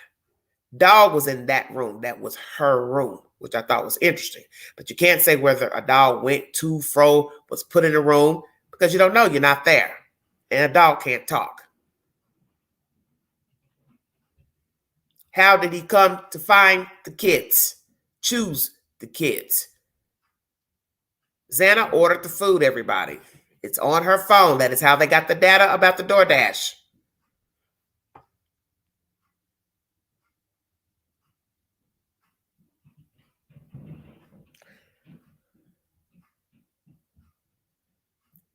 I'm really upset. Not bother checking on the roommates, not call 911. No, they're not victims, especially DM heard and saw BK. So sad not to care enough to call for help. See, that's the whole point of this story, that everybody reacts differently. As you hear this one woman saying, She didn't get up to inquire after seeing blood and whatever.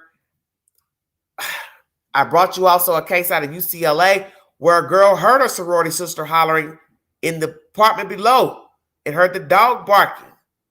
So she knew the dog didn't bark, I guess, often. So she called the police. She got an ID of the car speeding away from the scene of the crime. It had fraternity letters on the back window. She did good. She did the right thing. Because that's the point. Everybody does not react the same. There are people right now who will hear a scream and will not call or get up and go look to see where the noise is coming from. So that's what this case is built on, if we are to believe her version. She was not in tune to this person walking by her. But as I told people in the chat the other night, why should we have to role play for people to understand that this is strange?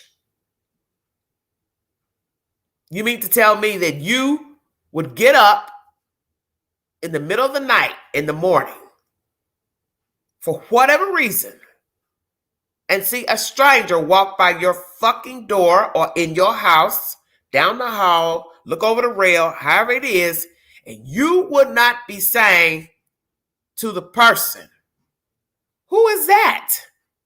Or you're shocked. You think, oh my God, I got a burglar in my house. Let me go call the police. Make me understand.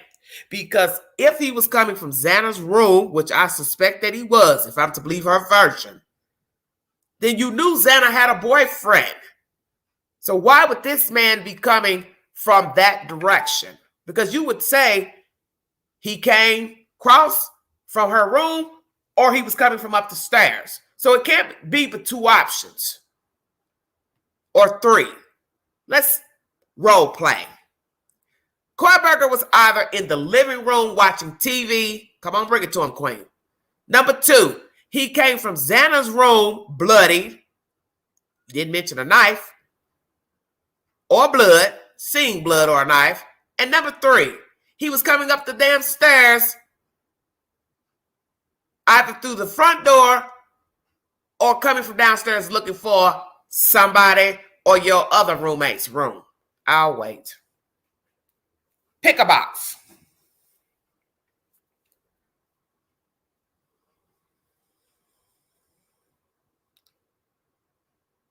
And he walks by you, allegedly standing in the doorway. And some want to say he had tunnel vision. Possibly doped up, drugged up. Trying to get out of there. There's no way you're going to tell me a person is standing in a doorway, whether it was dark or light, you don't see them standing there. You just butchered their friends. She is a threat. And when people say she wasn't a threat, that makes no damn sense because the other four, they weren't a threat. How were they a threat when they were in their house minding their business? I don't agree with that. I don't agree with that. How could Kaylee, Maddie, Xana, and Ethan be a threat when they were living there? Ethan was a visitor. BK was not. Allegedly, he doesn't know them. They don't know him. They didn't invite him. He broke in, whether the door was locked or unlocked. I'll say it again. They were not threats because they were in the comfort of their own house. The threat would be DM. Bring it to him, Queen.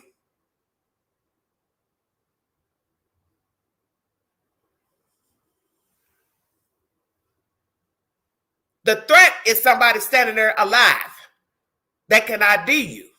So miss me with she wasn't a threat. No, just say he had either tunnel vision or he did not want to kill her. And why not?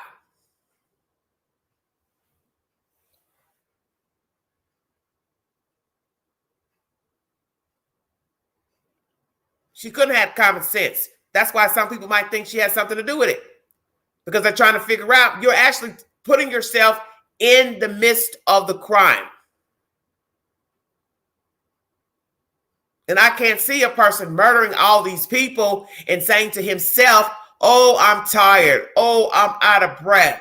Oh, I got tunnel vision. Here's a whole person standing here and I'm just going to let her live. She is a threat because she can ID you. I don't give a damn if he was tired or not. Make me believe he was that tired or had tunnel vision or both and let her live.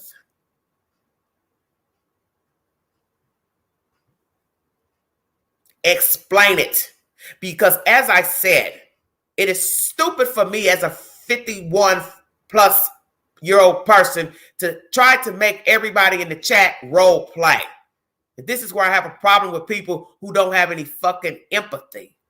Why should I have you all role play for you to understand something is off with her testimony?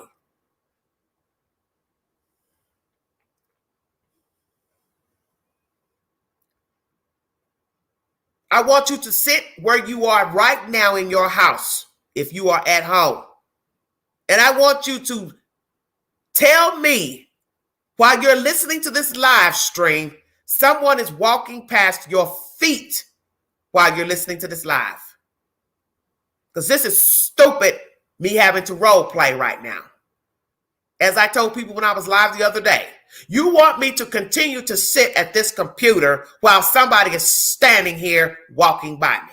And I don't get up and say, what the fuck are you doing here? Hey, where are you going? It doesn't matter if 4 or 5 people live in this house with me.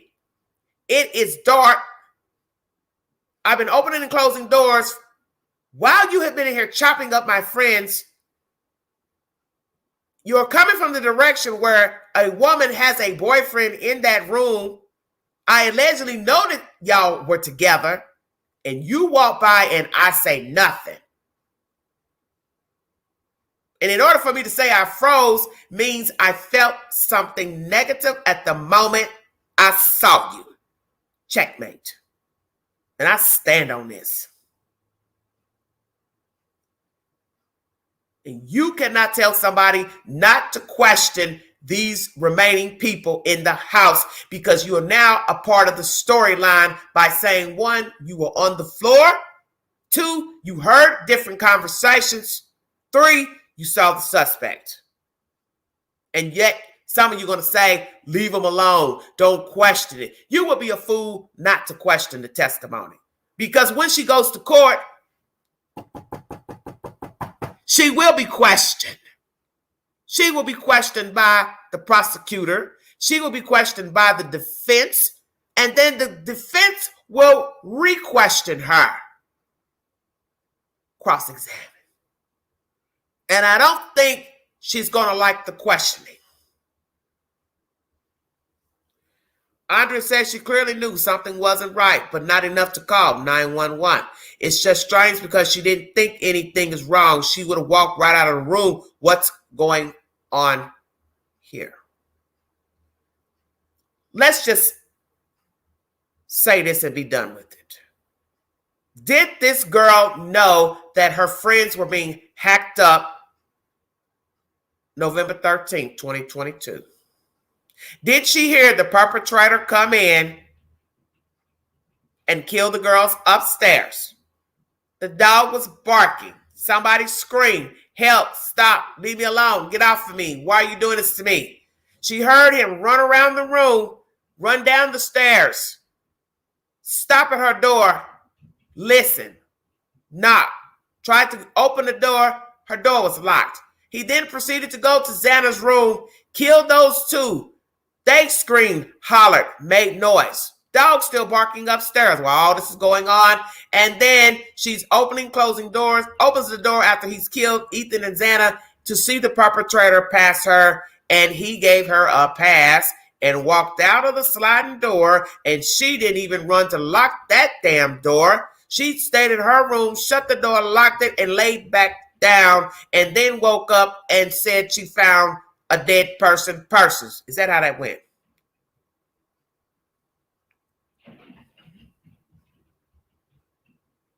Yes, Eddie. I think most of us will flip out if we find out she knew about the murders and decided to play possum in her bedroom. And I am not accusing her or the other girl, but something is off, because once you have decided to say you saw the suspect, you cannot say, I can't question what you just said. That is illogical. Because you will be asked this question when you go to court. So why the fuck is it different if I ask the question? I'm a human being. I have a brain. And what rumor circulated about you finding Ethan in the hall or kitchen area is contradictory because it is not mentioned in the affidavit. So who is the person that put that rumor out on behalf of the two roommates to try to explain the 911 call? That you all allegedly found Ethan, called 911 and ran out of the house. One of you fell out. The other one couldn't speak. And people gathered outside and took your phone and dialed 911 for you. Is that how that went, allegedly? Help me understand. And who is this mystery person that put this rumor out on social media? And why haven't we heard from him or her since the release of this affidavit? I'll wait. The unconscious person is one of them. Please listen to me carefully. Allegedly, the unconscious person is them, not the victims in the house. Allegedly, that was the confusion when the cops got there. There was a person laying on the ground outside. Allegedly, they hadn't even got in the house yet. It is the cops who go inside to see the slaughtered victims. If we are to believe this version, you be the judge. Thank you for joining me. You are now listening to The Vault.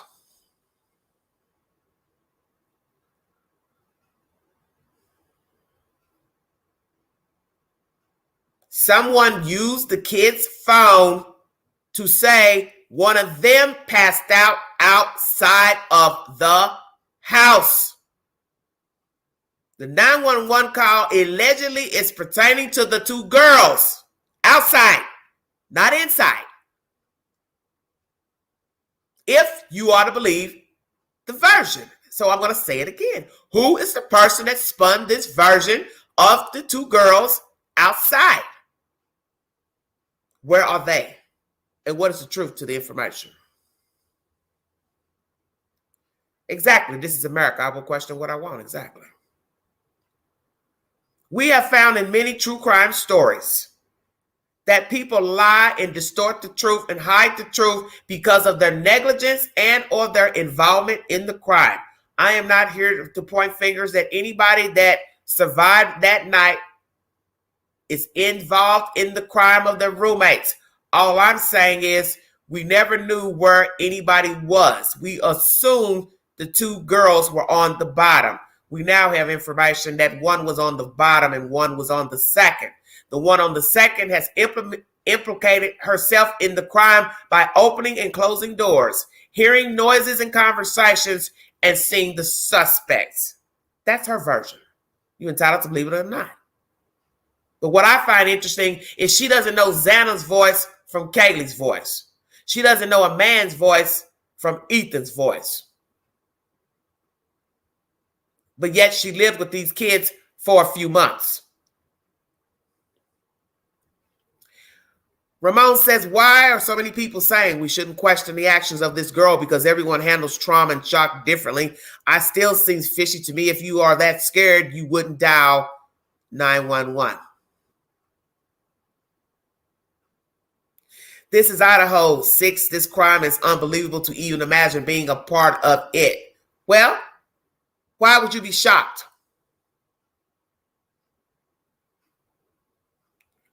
Dylan's car was parked behind Ethan's red Jeep. Annie, you have something to say? Hit the link. So what are you trying to say?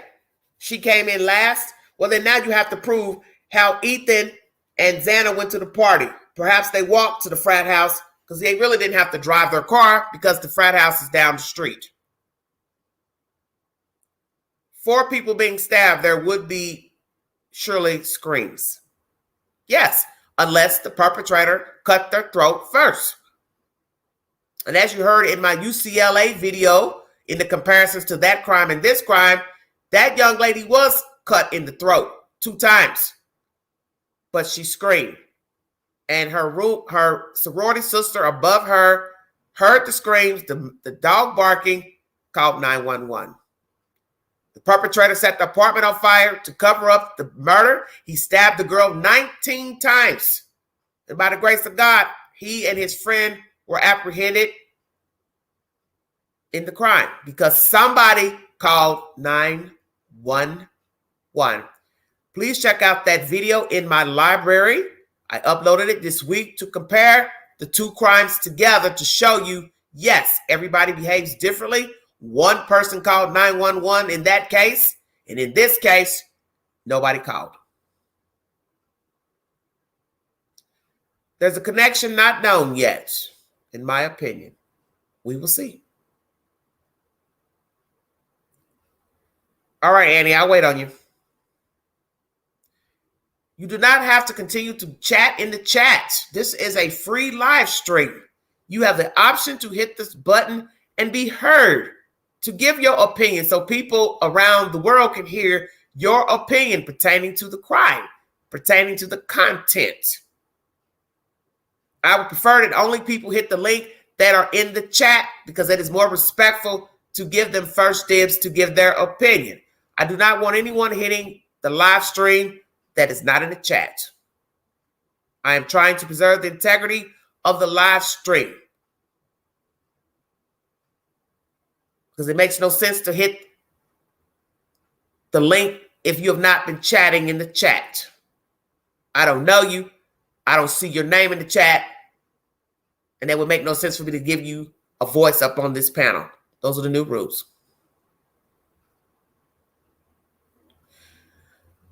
Why hasn't anyone said anything about the other girl in the room? Because if my girlfriend was there with me, I would have said something to her unless they did not go back to bed and spent time getting rid.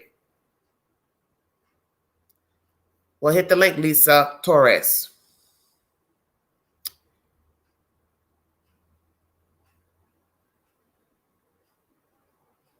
It is better when you hit the link because people can fully understand you, as so you don't have to get arthritis typing. It takes too long to type out long-winded sentences. This is why I don't care for texting, because you can misconstrue a text message.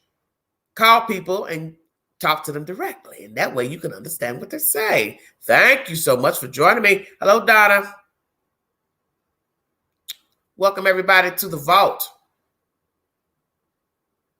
This is a deep dive into the content pertaining to Bryan C. Kohberger. What will his defense be? Will he implicate others in the crime or say he knew the victims? Did the roommates return to the university today to further their coursework? And information has come forward from a girl who went on a Tinder date with BK back in 2017. Thank you for joining me.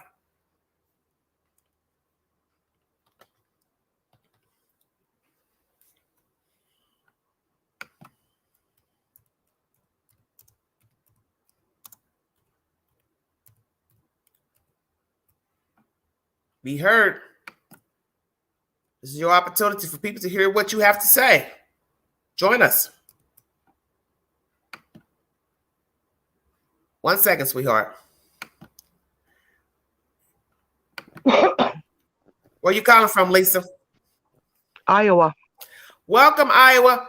So let's start with the first one before you give your opinion on that roommate situation. What will Kohberger's defense be? Thank you for coming up, sweetie.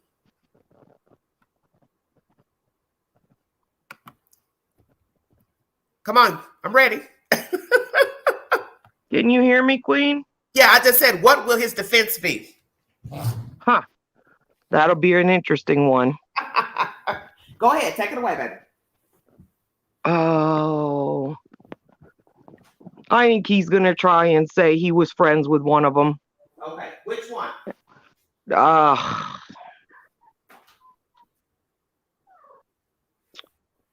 I'm going to say probably one of the girls. It's got to be one of the girls. I don't think Ethan would have hung around with this boy. So, yeah, I think he's going to say that's why he pinged. That's why he was close. That's why he was, around. I mean, that's the only thing he can say. You hear me? Yes, I can hear you. I'm letting you talk. Okay. Okay, I just want to make sure. I know you're over there making something. Yeah, I think. Anyway, we talked before Queen once before a couple months ago. So, yeah, I think that's what he's going to use. How is he going to explain the sheath? What was that? Sorry about that. How will he explain the knife sheath next to Maddie's body?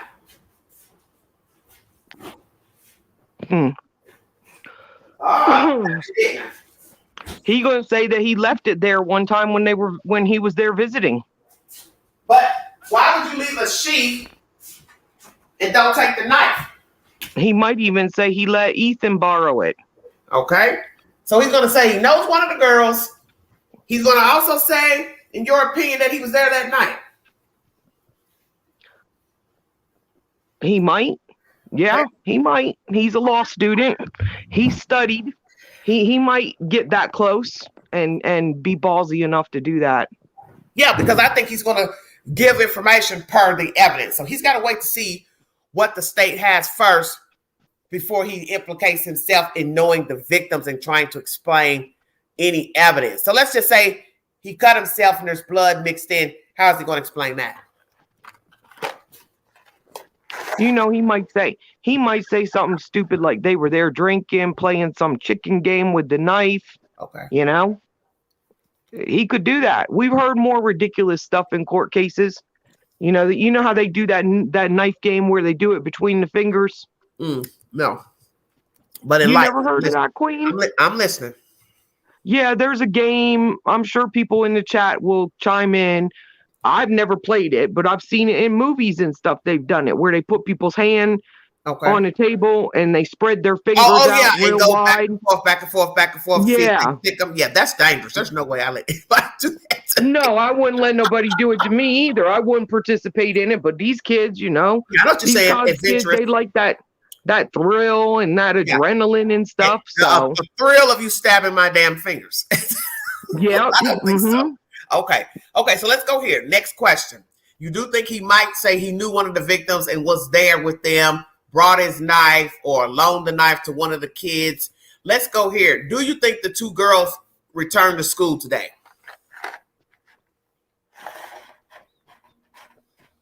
I mean, coming from my own opinion, I would not think that them girls went back to that school after what has gone down. And besides the point, maybe her little circle of people know more detail than we do. But right now, none of us are okay with the fact that girl didn't call 911. When you explain to me that's what I was circle of friends knowing something, to explain it to us. I mean, I'm sure they've talked to her, they've gone and consoled her and stuff, and they've been like, "Oh, what happened?" And she explained it to them, right? So they know more than we know. But that's what I was typing. That's what I was typing in the chat when you said, "Don't type no more. Get up on the panel." I was saying. I want you to think about what you just said. Okay. What I said. Imagine if what she told them ain't the version she told the police. Shut your mouth. Yeah, but I mean, come on. Come on, what? I feel like that happens. Because it does happen. Yeah, I feel like, especially the version I told my mama, my sister, Pookie, ain't the version I told the detectives and the FBI. Right. Okay. Yeah. Let me ask you this. We're going to take a deep dive if you got a few minutes. I do. Okay. What if through the night she saw everything, came out of the room, or heard everything beforehand, came out of the room, went to every room, saw the dead people, and didn't say a fucking thing? Yeah, because they had something to hide too. That's the only explanation there. They were getting rid of something. They had drugs in there. They had something. And that's what was And mentioned in what- one of the commentaries, that you shouldn't be worried about if you did have paraphernalia, smoke, Exactly. bowl, or whatever you call that stuff. Go on and just tell the truth. Hey, this is what I saw. This is what I heard. Right. But Do you know, believe one of these were kids are involved with Kohberger? maybe, but not like they were planning it together. Maybe he manipulated one of these kids to get access Yeah, to like the house. like befriended them, like saw them on Yeah. social media and befriended Yeah. them to get close Yeah. to the victims, Yeah. to get information. Rather, that's what I'm trying to say. Yeah, that's what I mean. So, which one would it have been, DM or Bethany? Well, so we don't know nothing about Bethany. That's what I'm saying. Why ain't we don't hearing know nothing about about the Bethany? Listen, we don't know nothing about this one either. Yeah, we don't. You know, it could have been both of them. And is it true that the two of the girls worked in a vegan restaurant, I don't know. or is that just rumor? That's Maddie and Xana, I think. Well, those could have been the two he had access to right there, even though he killed them too. But let's go here.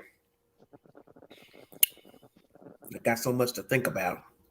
It's the connection that we don't have. That's No, we don't. Because they didn't perplexing. mention that. Because they didn't have to mention that in the affidavit. You just needed probable cause to secure an arrest. Yes, but it's very interesting that they sealed his search warrant. That means Okay. they found Well, something let's talk interesting. about that.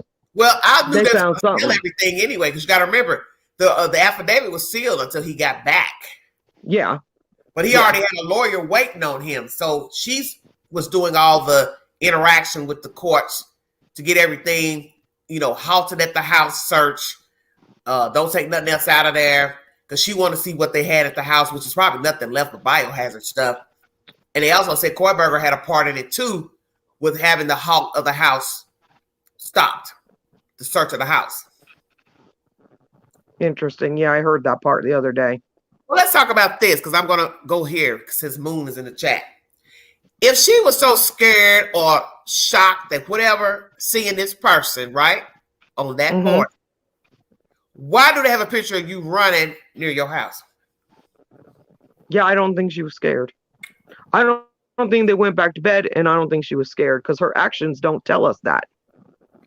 Wouldn't I be fearful of going out in public with social media, armchair detectives walking around? These people have taken a picture of you out in public. You don't fear anybody just running up to you now? Yeah.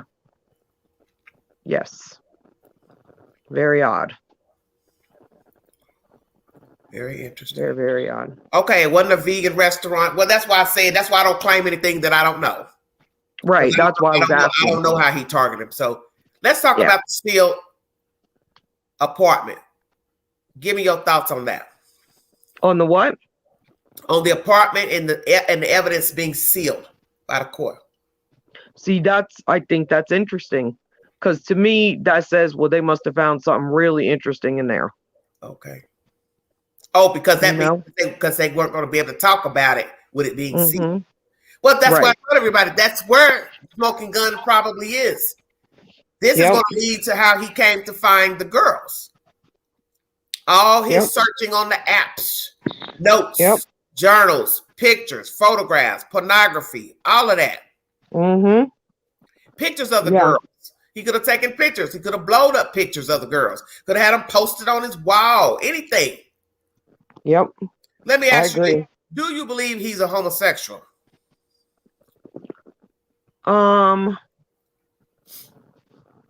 I would say no, just because of the comment of the birthing hips to the girl, Okay, I'm the just asking. Tinder, you know? Because you Because can I still don't be, see, you can still I be don't- gay bisexual and perpetrate like you're not. exactly, unless he was putting on a facade. Yes, because you're already awkward, you got problems, you don't know how to communicate with people well, you're overzealous, you're a narcissist, you may come from a family that don't even condone homosexuality, bisexuality, you're trying to hide your sexuality, and then maybe that's why you're so angry at these girls. They're pretty, they're friendly, they interact with people, they do live streams, they're having a good time. I'm sitting here just jacked all the way up. Mm-hmm. You are what I want to be, free. Yep. Mm-hmm. How do you feel about the? Go ahead. I just think the case is really crazy because in the beginning, when it first came out, I thought, oh, they're gonna, this is a wrap. They're gonna figure this out real quick. Okay. Because Angela, the young people don't commit crime well. Angela, if you have a touch screen phone, all you do is hit the link itself. Just hit the bar, and it will guide you up. Let's talk about the girl who's come forward on the Tinder, that dated him on the Tinder date. What do you think about what she's told Inside Edition and News Nation? I don't think she had anything juicy to add, to be honest. Mm-hmm. I don't. I think, she got paid, so she went up there. She knew. Oh my God, you're crazy. They were going to take her up. But this is what I just don't think she had anything. But anytime a person has dealt with you on any type of level, grocery store, shopping mall, people come forward and say, yeah, he used to buy apples, coffee here. Yep. He seemed nice. Because they're going to want to know how he interacted with people. Yeah. And if there's anybody else out there, they're going to dig them up out of the woodwork. So we'll hear from them too. They're going to have character witnesses for everybody. The decedents, the girls who lived, and also the suspect. Right. Now, see, I had one opinion before tonight. Go ahead. My first opinion was that this was going to turn out to be sexual. Okay. And I had heard, I was watching one of your lives the other night. I'm so sorry if y'all hear my cat. She's in heat, so she's making noise. I'm so sorry. She's not in the room. My cat. She's meowing over here in another room, so y'all might hear her. That's okay. Because she's in heat. But so I was watching one of your lives the other night, and somebody had mentioned in the chat that they also thought it was sexual, and that he went up to the 3rd floor after Maddie. Really? Because a lot of people, I think, believe he went upstairs first.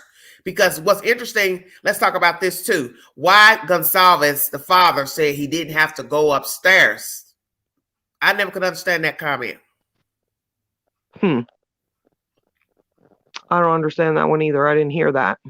I don't watch every piece, like you do, because you got to do the research. I don't really watch him too much because I just don't really like. I'm not to be rude. I just don't really like listening to him. I just don't.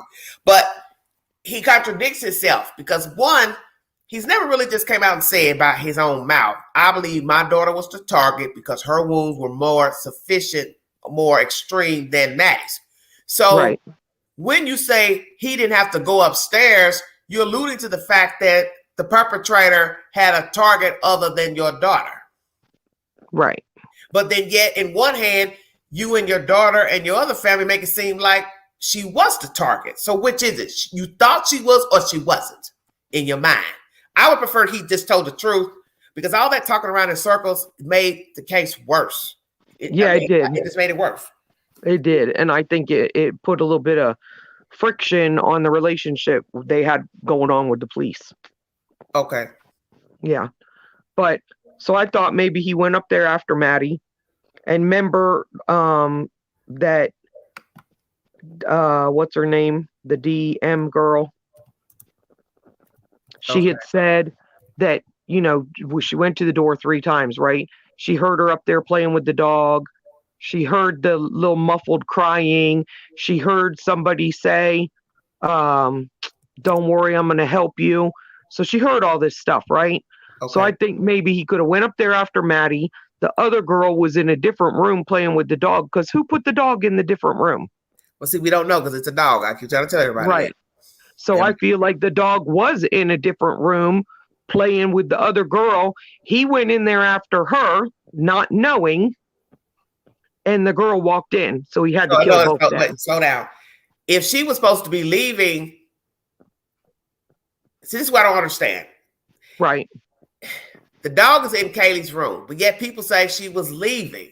So see, you don't really know until it's verified. Right. Her stuff was packed up. Her stuff was gone. Because see, I don't go on those rumors. I have to have a receipt before I can just say what was going on in that house. And the Right, dog Queen, can but roll it could around be. because it's a dog. We should say alleged. We should say alleged because it kind of lines up with what DM down there said. She thought she heard them playing with the dog. Yeah, she said, I thought I heard Kaylee, playing with her dog. So that's the first Right. thing she says in the affidavit. Then And that could have been where he got her. Because one girl could have been playing with the dog. Wasn't the other girl supposed to be eating DoorDash or something? That's downstairs, baby, on the second floor. That's Okay. Okay. There's two different floors. So that's what I thought at So first. she Tonight. starts off with, first I hear Kaylee upstairs with the dog as if she's playing. That's 4 a.m. Yep. Next, she hears somebody saying something about, oh, he's here. So then the police is trying to say that might have been Xana talking about the DoorDash. That Because makes she's sense. ordered. Yep. Third, she's hearing whimpering and crying and something about, it's okay, I'm going to help you. So now she's interchanging, opening doors while all this conversation is going on. The sick part about the story is that this is a 25-minute window. Yes. Me and Abby were talking about that. I was telling my daughter, I was saying it is just astounding to me. Everything that was going on. Or 8 in minutes, if we're to believe she's on TikTok. Yeah. She ain't been killed yet. That's 4:12. Yeah, everything that was going on in this 20-minute window, DoorDash was getting delivered. He's coming in there murdering 4 people. So what? He walked in while somebody was putting food in their face? Mm-hmm. It don't make no sense. But, like something has got to be off that we are not getting. Look, you got to count this too. You got to know where he parked the car.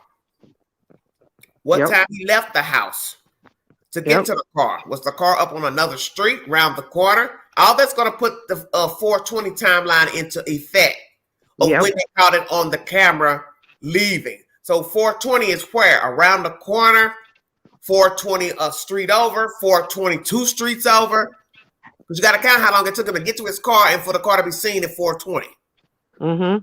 It's a mess. I believe that was on one of the Ring doorbells from one of the neighbors that they saw. So that's probably the people that sit right there at the 50 feet from where they heard her crying or somebody whimpering. If they've got it distorted on the doorbell camera, like I told people, if it's on audio, it's also on camera. Hopefully that camera is going to show how he entered the property, unless he came from the back. Yep. So if he came from the back, then he's going to enter and go back out that way from the slider. Yep.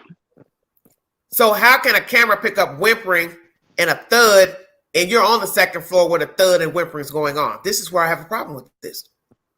Yeah, exactly. Mm-hmm. Yeah, I think we're like not getting all the facts from the cops for sure. I think some of the details are being withheld. Somebody said we need to hear the story of the other girl on the bottom. Well, she's going to say she was asleep. Oh, so Bethany was on the first floor? Yeah. Oh, Lord. Lisa, where you been? I thought Bethany was in the room with DM. Listen, it has now come forward in the affidavit. Bethany was on floor number 1. Xana and Ethan on floor number 2, closest to the stair landing. Yep. You go around to the kitchen area in that hallway. That would be, I think, considered 2B or so. That's where DM was. Right there near the hallway kitchen. Go up the stairs. Kaylee and Maddie are in Maddie's room, which sits above DM's room. Okay. So now make it make sense. She's now in between 2 murder scenes. I can't. I don't understand. The timeline is just like too tight. To me, it's too tight. I'm going to tell you what's crazy. If you believe this girl's version, you were opening and closing doors while he was killing your friends. That's all I got to say. Yeah. Yeah. I mean, the only thing that could make this timeline make sense is he was in the house already. And we know he couldn't have been because of the pings and the DoorDash. Yeah. He had to come in after that DoorDash guy left. You know what would be sick? If he stood there pretending to be the DoorDash guy with the food. Yeah, but the DoorDash driver already came forward. Yeah, but did the DoorDash guy walk the food and wait for her to pick it up? Oh, Queen, you just blew my I'm good, ain't mind. I'm good, ain't I? You blew my mind, Queen. Did you hear that, Poogle? The Queen said, what if he pretended to get the food from the DoorDash driver, then went up to the place and knocked on the door as if he was the deliverer? Right? I said, she blew my mind. I didn't even think of that. Because you got to remember, Kohberger has been in Moscow for an hour before he even opened the door. So what was he doing from 3 to 4 a.m.? They've got the pings. He's in Moscow on that street at 3 a.m. Yep. So where was he at 3 a.m.? They've got him turning the car around. Yep. On the street right before the murders, which makes no sense. What the fuck was he doing? And how is it you all live in this house and you ain't seen this car 12 times? Okay, so you blew my mind with the DoorDash thing. Okay. What if you're right? And the timeline because if you've been there since 3 o'clock, you can pretend to be the DoorDash guy. Exactly. If you're standing out, waiting to decide when to go. Maybe he's watching them. Damn, why don't they go to sleep already? Why they keep flicking the lights on and off, on and off? So you don't know what they were doing. Nope. What if they all was in the room together and decided they wanted to play Twister? Imagine had he walked in, they probably would have had a better chance of living if they all were in the same room playing cards, drinking, because somebody would have been able to do the flight, freeze, jump him, grab a pot, pan, shoe. He couldn't have. He wouldn't have made it out of there if all of them were in the same room together, because they could have whooped his ass. Well, I think for sure we would say that they all weren't together, and I think we know that. Yeah, we know that. I think he got Ethan alone too, because I don't think he'd have got the girls if he didn't get Ethan alone. Well, but I can get you alone if two people are downstairs minding their business and they're not paying attention to nothing going on, because you got to remember, Xana's room was around that kitchen wall. Yep. I didn't have to hear him come in. He could have easily walked in, slid the door open, slid it back, walked upstairs, handled his business. But you now got to prove to us that none of the girls screamed when being accosted. I can't believe that. Yeah, me either. Like he had to have subdued them somehow, some way. Because even if two of us are sleeping, when you pounce the one person with the knife and start hitting her, more than likely she may wake up unless she was totally drunk and couldn't wake up. Wouldn't I feel the movement of you stabbing somebody if I'm partially asleep? See, you don't know who's asleep, half asleep, fully drunk, inebriated. We don't know. No. And we don't know if they well, I don't think the ME thing, did they come out and say they had some toxicology on these kids? The DoorDash is on her phone. I don't want to keep saying this. That's how they know the timeline. Yes. The DoorDash is on Xana's phone. That's why the police says in the affidavit, maybe DM misunderstood when she said she heard somebody say he's here. Mm-hmm. Ayaz's daughter, I have not heard that there was a fight on the second floor. That's not been mentioned in the affidavit. I don't know where you're getting that information. Because if you're going to say there was a fight on the second floor, then somebody on the second should have known that somebody was fighting. Yeah. And she has not said that in the affidavit, that she heard somebody fighting. No. All we got out of that affidavit was them little tidbits of what she did say.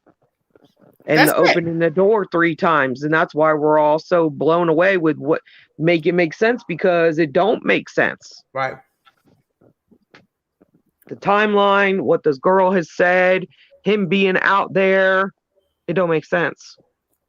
Donna, you all please stop with this now, because you're going too far.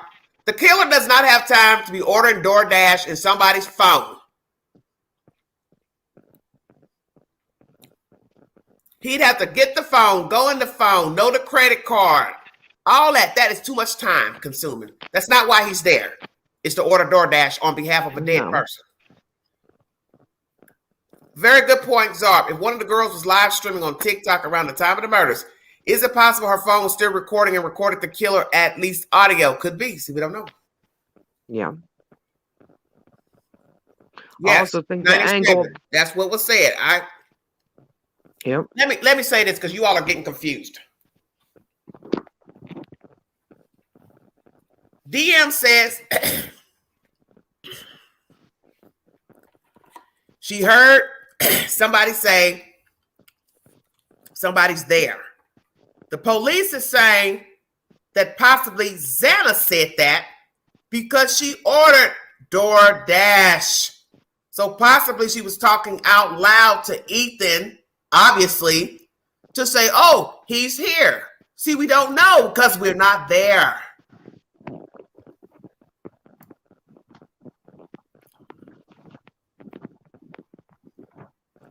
Yes, well, memo, but we don't know what Xana requested for DoorDash. That's the point I'm trying to make in this live stream. You all aren't listening.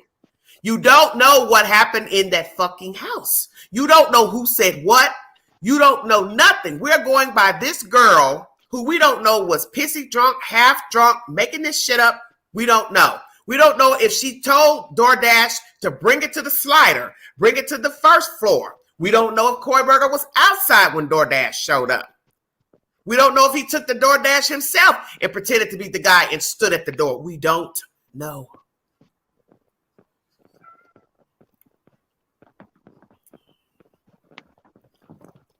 Well, here's something interesting for you, Queen. So if Xana ordered that DoorDash or whoever ordered it, she didn't feel like it was important enough to tell the rest of the house that was awake, hey, guys, by the way, DoorDash is coming. That's probably because she was talking to Ethan. That's why the police is saying it in the affidavit. She was probably talking out loud. Oh, he's here. Mm-hmm. So what I'm saying is it would be important to say maybe that this guy was not there visiting, because don't you think that if, you know, they would have been like, hey, well, my buddy's coming by to visit just in case you see him. Yeah. So it doesn't seem like any of that was going on. I don't think he was a visitor. Twizzler, that's what I'm trying to get them to understand, Gobbler, is perhaps DoorDash dropped off the food. Xana ain't made it yet to the door. Kohberger could have picked up the food and waited. She finally gets to the door and he pretends to be the DoorDash guy. Yeah. And then he pushes her inside, holds her at knife point, and, you know, says, hey, where's your room? Then she goes in the room. We don't know if Ethan's up, sleeping. What? I don't know. I wasn't there. Yep. I have no idea how it went. What would be even better, Queen, is if Ethan went to the door to get the food and it happened like that. Exactly. It could be then either he takes Ethan out right away, and he's got the three girls. Or she could have went and got the DoorDash and he met her at the door. Yep. I don't know. I have no idea. Yep. It'll be very interesting to hear just because of how perplexing all this is. And well, I'll tell you what, it'd be even worse if he picked up the damn DoorDash and brought it to Xana's room and said, you looking for this? And start stabbing him. Yeah, I know.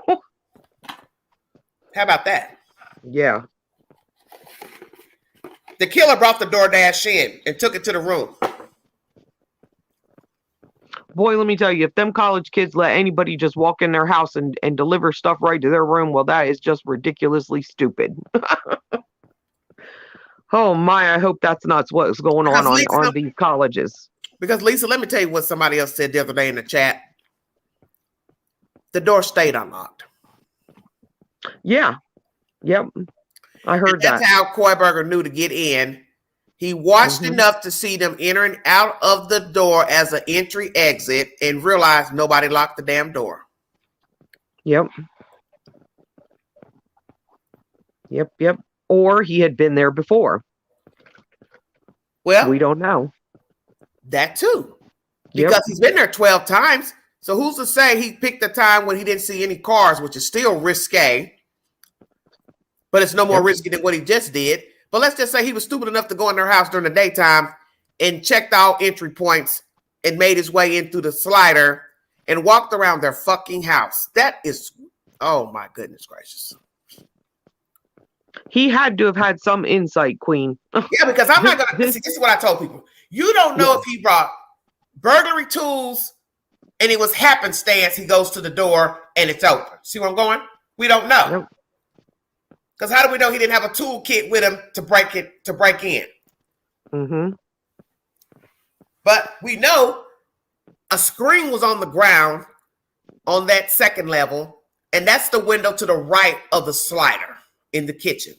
The kitchen has 2 windows, slider in the middle, window to the left, and window to the right. The window to the right had the screen outside after death, because I saw the pictures on News Nation. So what I wanted to know, why isn't anybody talking about that damn screen? Who took the screen off? How long was the screen off? And was it off during the murders, after the murders? Because we do not know how he got in the house. Were these kids the type that they did not ever lock the door? 2, was the door able to be locked, the glass slider? Is this a slider that's only locked from the inside? Stay woke, because I think most sliders probably are. But we're in a modern day. You should be able to lock your slider from outside as well, because what if that's the entry point I want to exit out of and I want to be able to lock it from the outside? See, it's too many questions with no answers. Yeah. Zarb says, I think he's been in there before, walking around all through that house like he was there before. He felt comfortable in that house like he lived there. Very interesting point. What do you think about that? He's been in the house before, Lisa. He's walked around. He's touched stuff. Yeah, I think it's definitely possible. I think it's even going to come out that, yeah. You know what's going to be messed up? And this is something that we have not thought about till just now. What if his prints on stuff in the house, such as the banisters? Yes. TV screen, window sills. Mm-hmm. Yep. You're going to have to explain that. What are your prints doing way over here?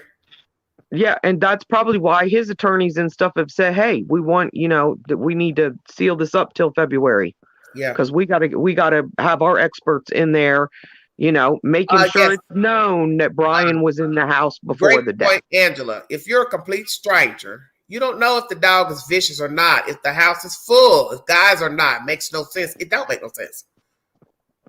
That you would just go to a random person's house and make your way in, not knowing if there's a Rottweiler, pit bull. There's women I know have pit bulls and Rottweilers. So you're just assuming that you know these kids. You know who's in their house. They've got at least 5 cars parked outside. Like I said, who's to say that the kids weren't all sitting in the living room playing a game, drinking game, anything?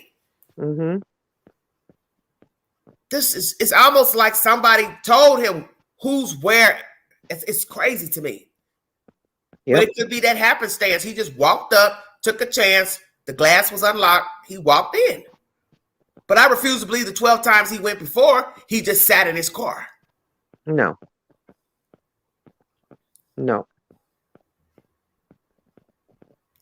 I don't think it's drug related, sweetheart.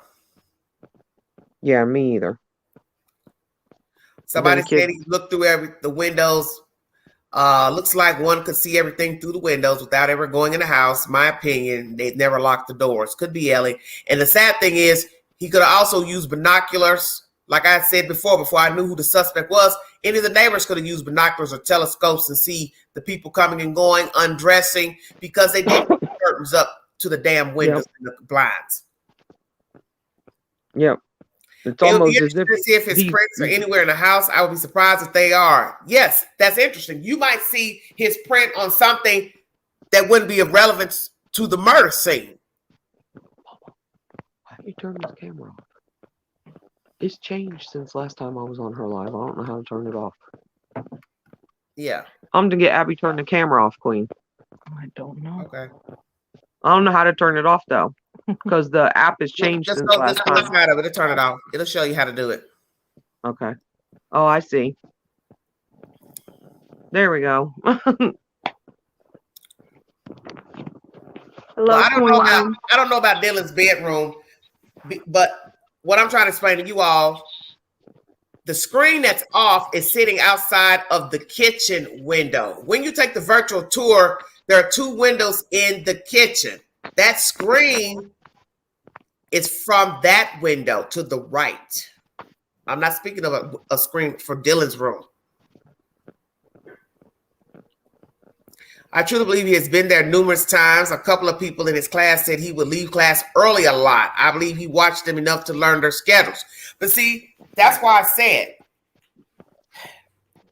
they've got him being at the house even during the daytime. One time is at night. That's the 10 o'clock ping. And he sat there for an hour or did something for an hour. Why are you leaving school in the daytime to go sit at these people's house when your ass should be studying? Yep.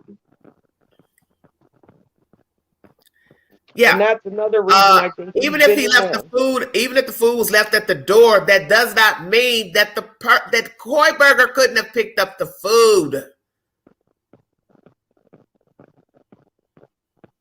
Kohberger still could have picked up the food if he was standing outside watching. Doesn't matter if the DoorDash guy left the food or not. You don't know what Kohberger was doing. Nope. Go ahead and say what you want to say, sweetie. That's another reason why I think he knew them or had been there before or something, is because of the dog. Okay. Well, see, that's another thing that bothered me. If I'm supposed to believe that Kaylee was the target and allegedly she moved out, then why am I even here and she don't live there? Right. If she moved out 2 weeks beforehand, he's been to the house at least 12 times. At some point, he would have realized she's not there. Because you got to remember, she bought a car 2 days before. So if I'm going over to that house at least days within, I wouldn't have seen her car there. Right. And I also feel like he knew, it was getting ready to come up on something where they were, this girl was leaving. I think that's why everybody thinks she might have been the target.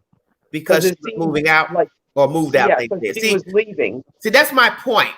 How do you know she was actually moved out fully from the apartment?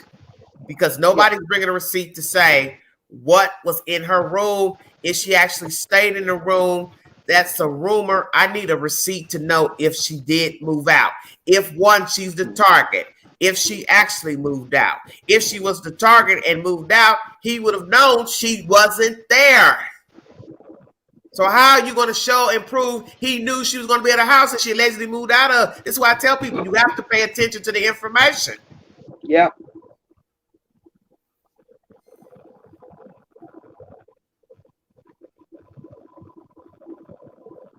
But that girl leaving is the only thing that could make it look like he had a target on her. And I don't know. Say what, Lisa? Say that again. That girl leaving or getting her car, having a job lined up, I think that's the only reason why a lot of us are thinking she was a target. So you're saying he would have kept stalking her thinking she lived there. Is that what you're saying? No, I'm saying I don't think she was the target. Okay. Like, I think we've been led to believe that. Yeah, because some people have said in the chat they think that's why he killed her, because she was leaving. See, you're trying to make that's what I think. Logic. We're being led to believe that. Yeah, but just through discussing the case, we're being led to believe that. It would have mattered what they were doing. If this is the people he wanted, her, that's just who he wanted. But I can't see stalking somebody and not knowing that they lived there and moved out, moved in. He's been there 12 times. He would have known if she had moved out. Why would I come back to a house if my target moved out? Yeah.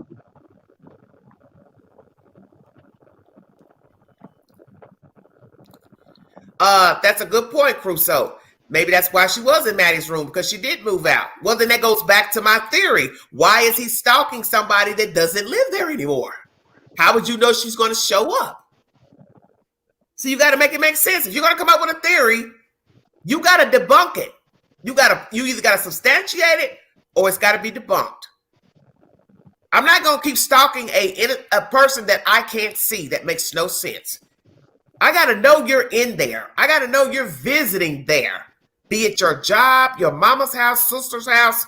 I got to watch to know you're in there. She switched her car. So if he's been there 12 times and we don't even know the time span, 5 months, 3 months, If she's been gone 2 weeks, he would know that by the car that she had before she got rid of the old car. So why am I stalking a house and my target doesn't live there?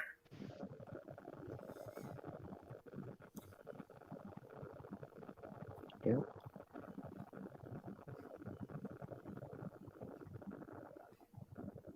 Kathy, we're not here to argue about nobody being a victim. She is not a victim. She did not get hurt.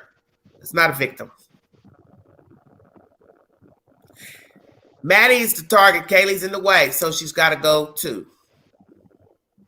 Maybe she wasn't the one he was stalking. Maybe the target was simply the entire house. He saw an opportunity to enter and get anyone he could, and he took it. Yes, Czar, exactly. That's why I said whatever they seized from his house, devices, computers, that is going to probably show us who the target was. If it was indeed one of the girls, or it could be the house. It could have been the group.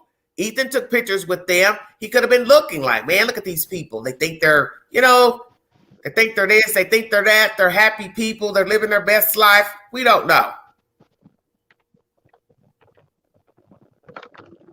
And when I was listening to your live the other day, Queen, I did put it in the chat. If Kaylee was the one who he wanted, why not get her at her own place? Thank you.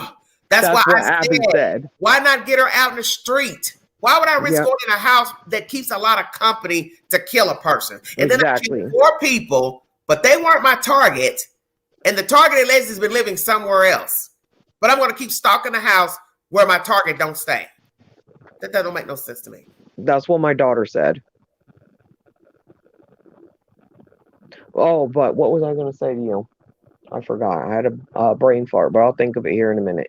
Somebody says BS, busy college area. You're not worried about being seen at all, huh? Exactly. That's why they've got his car in daylight hours on the camera on the street around the corner.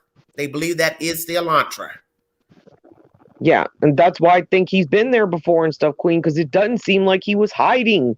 Okay, Andre says maybe he thought Kaylee left. Okay, so if she left, then what's the point in killing me? That still don't make no sense, Andre. Make it make sense. Why did he leave the sheath behind? Because he pulled it out when he started stabbing the girls. So then I'm going downstairs, stab those kids. But that makes no sense to stab them if they're not your target. Unless he ran up on one of them coming down the stairs and he had to kill them. That could be how it went. Ethan or Anna was in the kitchen or bathroom or one of the rooms or down and he come down and they are all looking at each other. Now he's got to explain why he's bloody with a knife.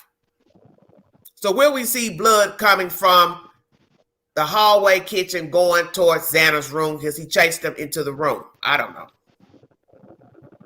Yeah, but then we have to believe as well that he must not have known them other people were in there. But she heard everything. Right.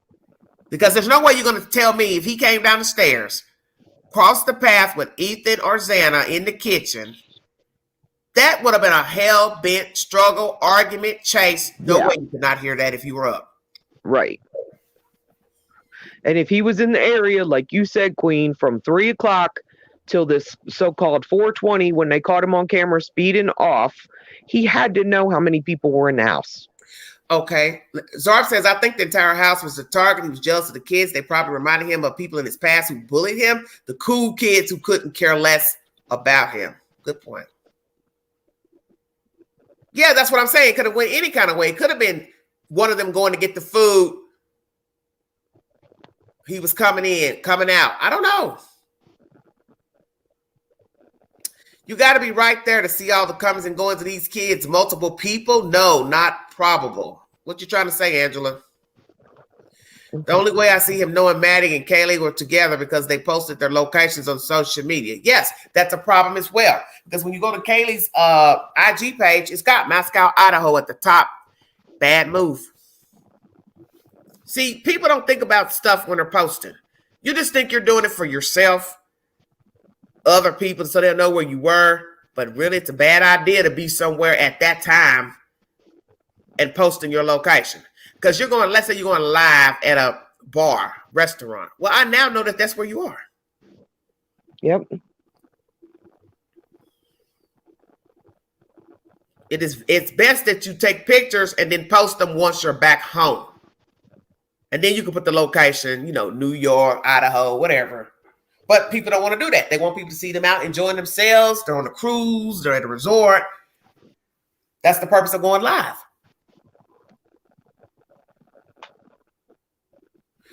Good point. Did Kaylee post that she was going to see Maddie that night? Interesting. Yeah, good point too. Following all the MSM accounts, drive-by, chance meetings only known to him. His window was closing. Why this night? I don't know. That's a good point too, because he left his house at 2:42, 2:47. That means he had no knowledge of what was going on at 1122 King Road. There's no way he would know. Unless, somebody told him what was going on, or he had something planted in the house. Now, that would be interesting. Is this case that elaborate that he has been to the house and he planted a camera in there to show the people coming and going? Good God, that'd be sick. That's what you were going to say. Yeah, that's did you hear what I said? I heard you. I had thought about that too. Well, we don't know, Cynthia. We don't know if Xana was referring to the DoorDash guy pulling up, or she saw or heard something. But she can't see anything on the other side of that wall. He would have had to have been standing in the doorway or making noise in that living area for her to think somebody else was there. Because her room is all the way on the other side. You can't see anything on that room. I mean, where Xana's room is.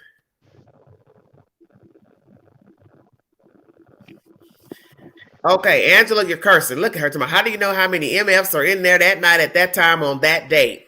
I don't know, Angela. Angela, hit the link. Tell us what you think. Could he try before and something stopped him? Very good point, Tater Tot.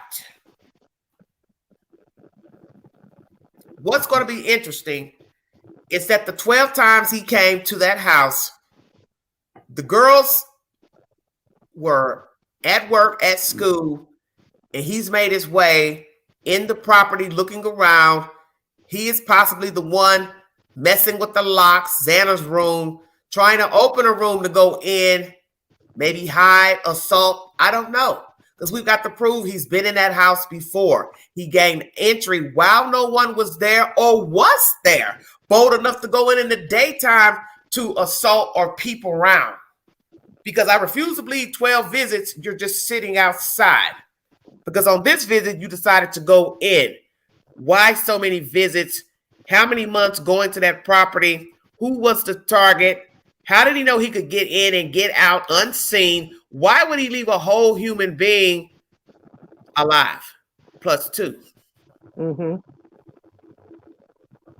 And what I was going to say, Queen, when I watched your chat the other day, I was thinking the only reason that he could have walked by that girl. Yeah. And this was before we know what this was a few days ago. I thought, okay, he killed these people. He's all hot and sweated up with them big bushy eyebrows. Yeah. Maybe he got some sweat in his eye and he was blurred vision and didn't see the girl in that moment. That's what I thought the other day. Okay. But now with more detail, I'm just like, But you can't explain the noises because there's noise going on. Yep. And in our logical mind, we just not going to disbelieve everybody was throats cut and couldn't make no noise. No, I think he knew that girl was in that room. Yeah, I think it's just going to be a shame if we find out she heard everything that went on and she turned a blind eye. Or that she was involved. She either heard everything, didn't get involved, didn't call 911, didn't call for backup, peeped in and out of the rooms, saw that they were dead when he left, and still waited till morning to call to make it look like she really hadn't heard anything. But then once cops come, she realized she had to give a version that she saw him and opened doors when maybe all along she heard the whole night unfold. And that will be cold fucking blooded if that bitch laid up in there hearing her friends scream from room to room and never once said nothing for 7 hours. Uh-huh. And yes, Bethany was asleep through all of it, question mark. I don't know. Yeah. Okay, Queen. I got Angela's true. A true stalker would know she doesn't stay there no more. So that's what I'm saying. If she really wasn't living there, she can't be the target. I can't assume she's going to pop back up. She's moving out of town. Her parents live in northern Idaho. She could have been staying with her parents, only come back for graduation. Make it make sense. Mm-hmm. Hello, Kitty. Thanks for joining me. Toy said she heard every single thing. Lisa, do you believe this girl is lying? Yes, I believe she's lying. Okay, that's it. I believe we're going to find out there's a connection. Okay. And yeah, we're going to find out something. This is just my opinion. We're going to find out there's a connection. I hate saying this about this girl. And that's going to be so bad for the family because I really want to know who the consolidate thought had an alibi too fast and didn't. That's something about that is strange. Yeah, because how do you know who they talked to and that they had an alibi? If you don't know who they talked to, then you can't say their alibi checked out or they got an alibi too quick. Because the police, I don't think, would have told them that in the beginning, unless they made a mistake and told them who they talked to. And then they started saying, well, how do you know their alibi is checked out? Blah, blah, blah. That's always bothered me too, that comment. Mm-hmm. Yep. And I don't know. I just think there's going to be something that's going to come up with this girl. It's just too crazy that everything and that time frame being so tight. And I think that there's going to, the connection that we are not being given is going to come up. It's going to be between him, her, and, maybe possibly this other girl that committed suicide. And that might be. Assuming she's lying, why would she participate in this? Why allow someone to murder your friends? Just evil. Well, Zark, it's happened before. This is why I said in the beginning, I never gave commentary about the kids negatively. I never accused any of their friends because I didn't know them. I can't just jump up. Some of you didn't have a problem blaming Jack and Jeremy. Mm-hmm. You didn't know these kids to say who killed them. You didn't know what they had going on. You didn't know this girl that killed herself and allegedly was Maddie's ex-roommate. Yeah. So that's why you can't say who killed anybody. Mm-hmm. Because you don't know the kids. You don't know what they've been doing. So that's why I never gave commentary. Now you've got allegedly some girl was Maddie's ex-roommate, killed herself, and somebody talking shit on social media saying that they deserve to be killed because they teased this girl or Maddie deserved to be dead. I don't know. Yeah. Because I don't know these kids. This DM's still alive, Queen. None of us can figure out how he didn't kill her, why she didn't call 911, and he went back the next morning. How do we know he didn't go back there and they had a discussion? Well, could have. Because it don't make no sense. That will fuck up that 8 o'clock door open bullshit. Yeah. Yeah. Because it don't make no sense. These are the three things that don't make no sense. The door and her hearing these things opening that door, going back to bed, not calling 911 till noon or whatever the heck it was the next day. And this guy had already been back there at 9:30 the next morning? Yeah. And he was there for supposedly 12 minutes. Yeah. So, yeah, that's enough time to just be like, okay, here's what we're going to do at noon. Well, let me ask you. Do you believe somebody saw the door open at 8 a.m.? Sure. Sure. But with all the goings, sure I do, because with all the goings on, they had a dog. Somebody could have been out there with the dog. A neighbor walks by, they don't think nothing.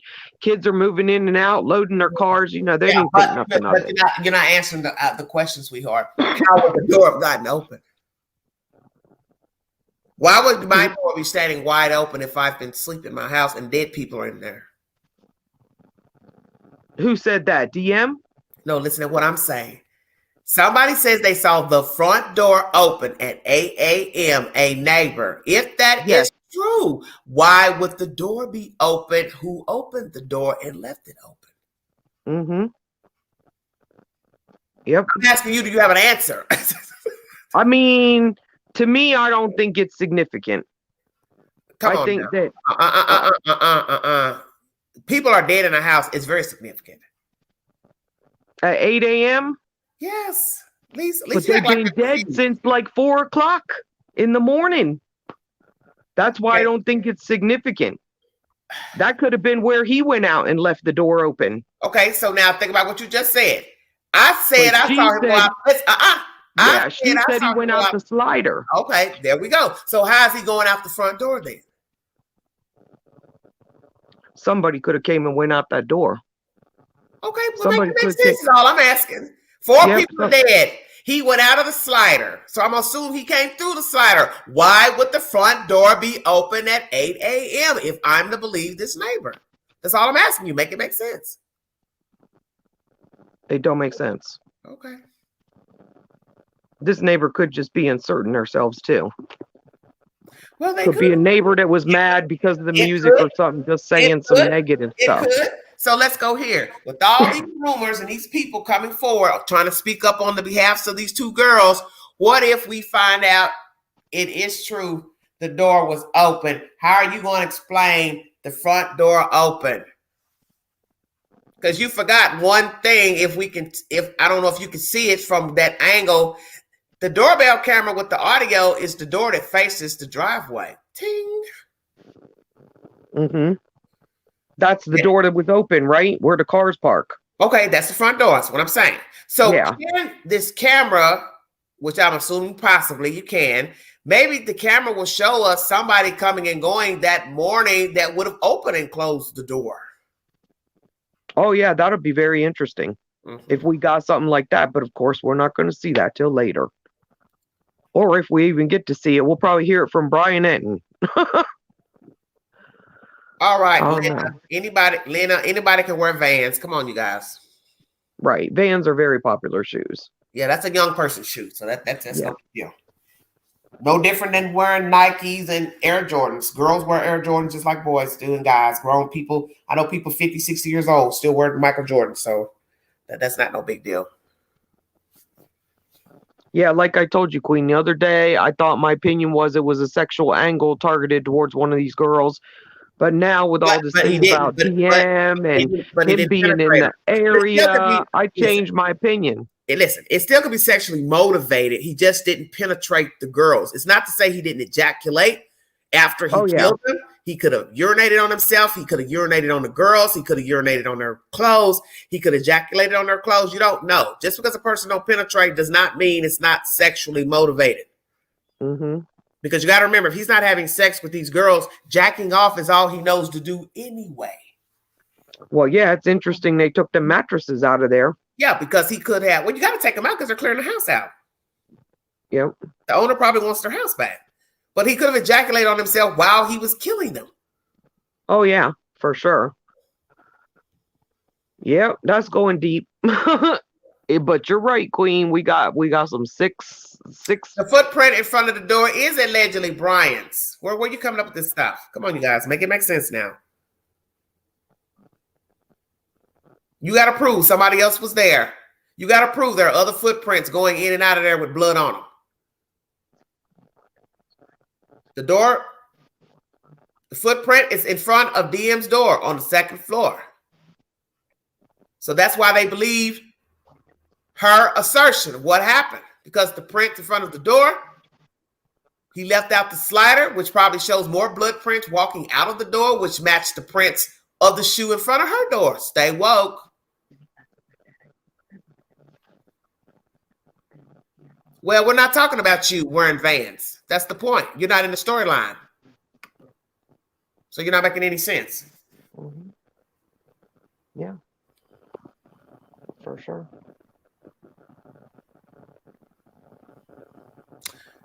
Was that the only footprint? Don't know.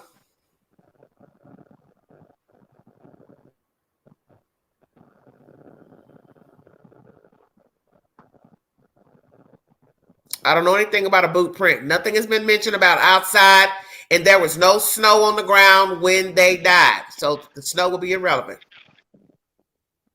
There was no snow on the ground when the crime happened. Right, but there was a bloody footprint or one print. Door. A print. It didn't say if it was bloody. It didn't say if it was urine. It didn't say it was mud. It just said a print, a diamond-shaped print which led them to believe he was there at the door, and he left. So you don't know if that print was him coming down the stairs after killing the kids. He stopped at her door, walked past the door, went to Xana's room, came back. He maybe tried to open the door. I don't know. Remember, she said she saw him on his way back, so I'm assuming he was coming from Xana's room when she saw him. Then naturally his footprint would have to go out of the slider, so he's probably got footprints going out of the slider. Mm-hmm.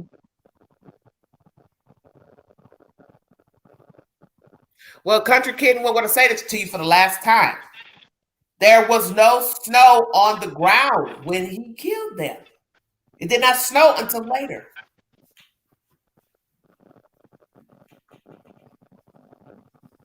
Yep.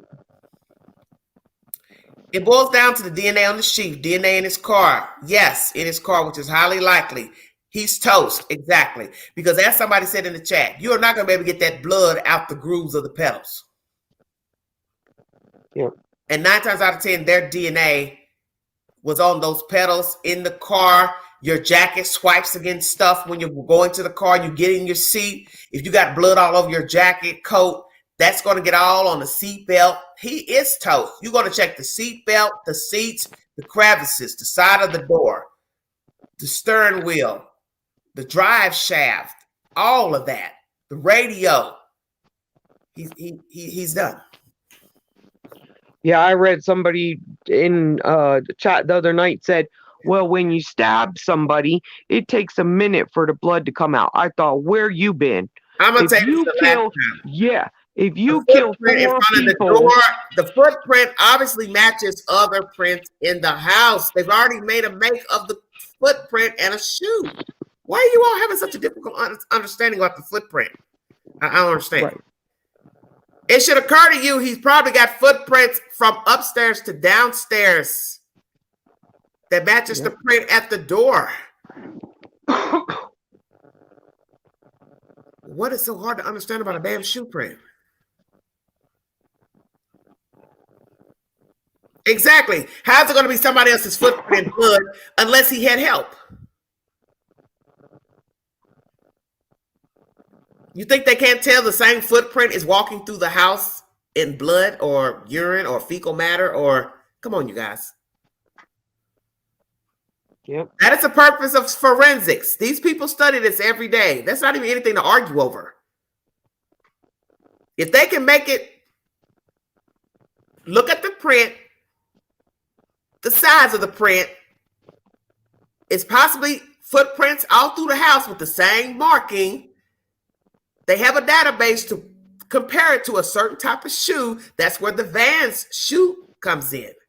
Yes. You all are making this way more complicated than it is. People do this all day. Compare stuff. But somebody was saying, Queen, when you stab somebody with a knife, it takes a minute for the blood to come out. And I thought, I don't know where you been. Because if you murder somebody with a knife, 4 people, you are probably most likely going to be covered in blood yourself. Everything, your clothes, your shoes, your hands, it's going to be in your hair, probably in your, exactly. Everywhere. Yeah. That blood's going to come squirting back at you. Well, only one person has been arrested, and his DNA is the male DNA on the button of the sheath.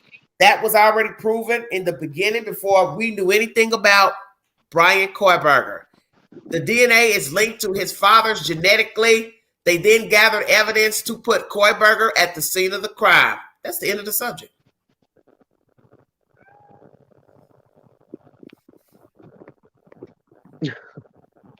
I don't think he had an accomplice, Queen. He's too socially awkward. I don't believe that either. See, when people start coming in the chat with that shit of it's somebody else, you basically saying that the evidence they found at the scene is invalid. Yeah. It ain't but one of you on the earth out of at least 10 billion people. So how in the hell your unique DNA is going to be in a house near dead people when, one, you don't know the dead people, they don't know you? See, this is why I keep trying to tell you, a lot of the people, they rock with these type of people. That's why they come in with that shit about it ain't them. How are you going to tell somebody it ain't them and their DNA is at the scene? You can't logically explain your DNA on a sheet that held the knife, which is linked to possibly killing the people, out of so many 9.9999999999999. Nobody has the same DNA. That's the point. Yep. Not even twins. So what's his defense? How did it explain why his DNA is on the sheet and why his car was captured on the camera driving to the house? He has no friends too on its own. That's what I'm saying. So if he decides to pinpoint this on somebody else or the girls in the house or they invited him, you now got to show that you knew the girls. 2, if you implicate somebody else, you got to bring forward a name. He can't because he doesn't allegedly know anybody in Moscow, Idaho. Yes, Angela, his dad is his partner in crime. I did think about that. So now we got to ask, when did the father fly into Pullman, Washington? Did the father get there before November 13th, 2022?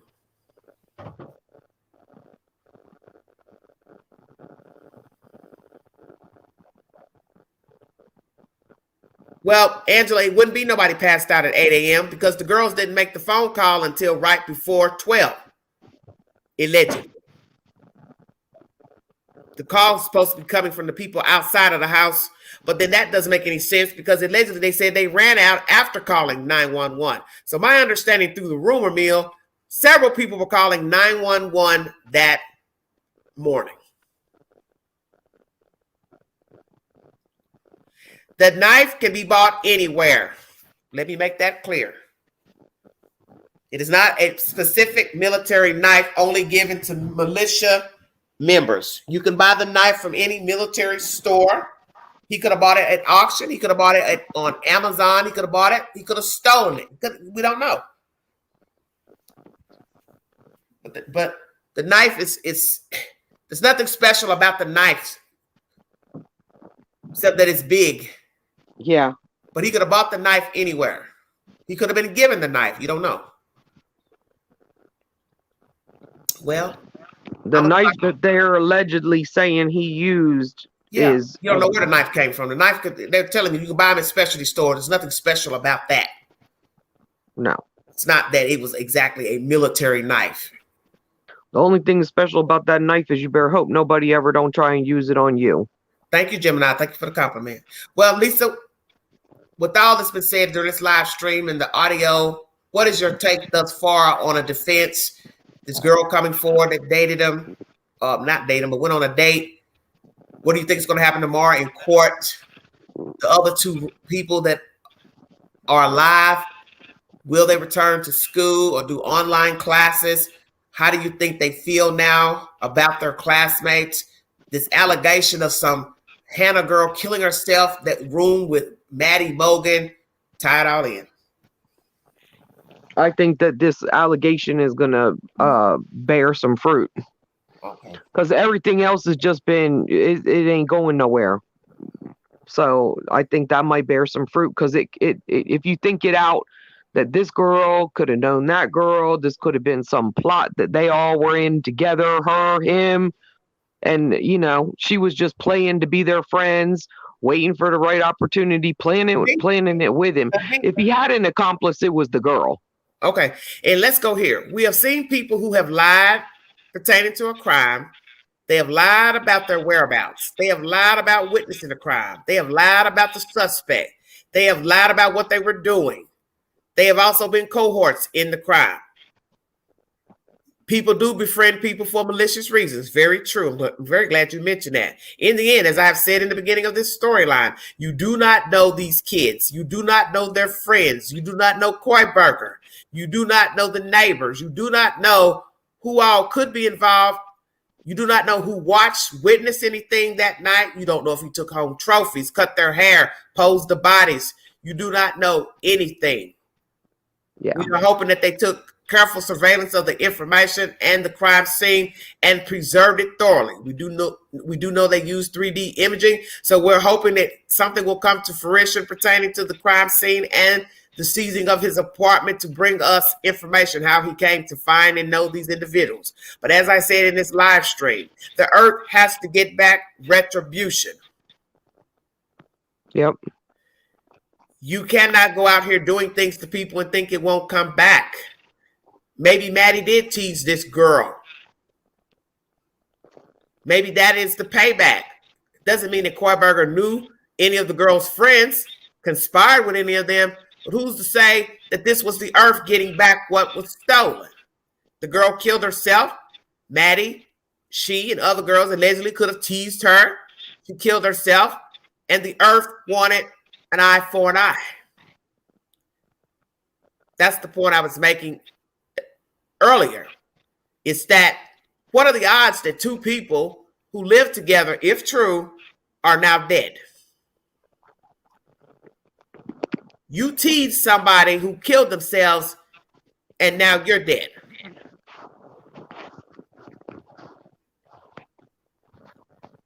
You have to admit that's strange if we're to believe the allegations that the decedent teased this Hannah person. That would be so jacked up if there's truth to that, and now Maddie Bogan is dead. Yep. You believe what you want. I think a lot is going to come out in this investigation about all the dead kids. Yep. And Kohberger. I believe a motive will be revealed. I believe information, if they all knew of each other or met each other, he stalked them, that will be revealed.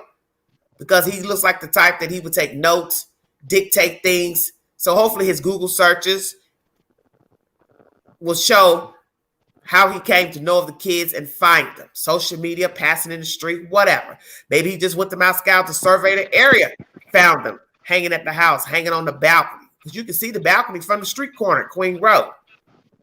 He may have been just going to Moscow to just look around for a victim. And he just happened upon the house, saw some pretty girls coming and going. They could have been standing outside their car in the front drive talking. One of them caught his eye. All caught his eye. I don't know. But I know this is a vicious story. I do know that there are 4 victims. The other girls got a pass. He preserved their life for a reason. And I am curious to know why. Because it makes no sense for me to clean my car when I get to Pennsylvania a month later, but leave a whole witness. Make that make sense. Make it make sense that 4 people died in a house and nobody screamed, nobody cried, nobody ran. Xana was found on the floor, so that means she ran for her life. That means he threw her to the floor. He fought a 6'4" individual. You want me to believe Ethan didn't make noise going down? Bullshit. Bullshit.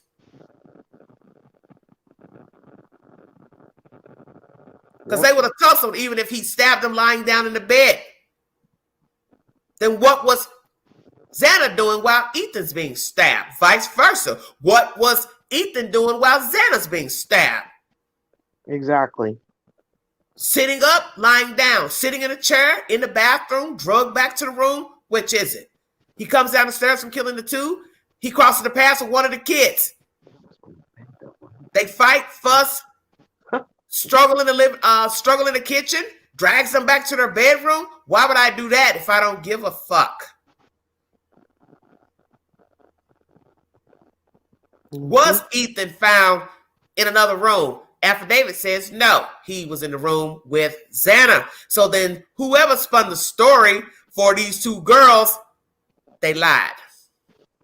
Checkmate. Mm-hmm. Now I want you to listen carefully to what I'm saying. Who is the person that spun the rumor that they found Ethan in the hallway? Because that's not in the affidavit. The affidavit says the man found Ethan in the room with Xana. And Xana died on the floor, obviously, for her blood to leak out to the side of the building. So that means she was upright at one point. So who is lying on behalf of 2 alleged victims, survivors? Exactly. The truth doesn't change. So this is why I always tell you to be careful of the messenger. Because that is the first rumor that got out to the public about the 911 call, and the police never substantiated that rumor that the girls found Ethan, ran out of the house, called 911 before running out. And then one collapsed outside. One couldn't talk. People walked by asking what was wrong, took the phone from one of them and dialed 911 from, I believe, DM's phone or Bethany's phone, which is the weapon. Then random people started coming over to the house asking what's wrong. Other people started calling 911. Police show up thinking they're coming to a scene of a passed out person, which was outside, but all along, they later discover dead people inside of the house. So I'm going to ask this one more time. Who is the person that spun the rumor of this 911 incident? Because it does not match what's in the affidavit, because Ethan was dead in Xana's room, not the living room or the hallway. So somebody lied. Yep. I'm done. Thank you. Lisa? Yes, ma'am. I'll talk to you later. I will see you again, Queen. Thank you for joining me, sweetheart. You have a wonderful night. You too, baby. Bye-bye. Bye-bye. If you'd like to donate to this great network, $ began to 129 Cash App. You see, you have to listen to the information. The affidavit tells you how one person saw the crime scene, an officer, and then somebody comes in at 4 o'clock to lay out the crime scene to put in a report. The officer would have no reason to lie about what he saw in the house. The only person that would have a reason to lie about what they saw is if they didn't do due diligence to call 911. They know of the killers, and or they were involved in the crime.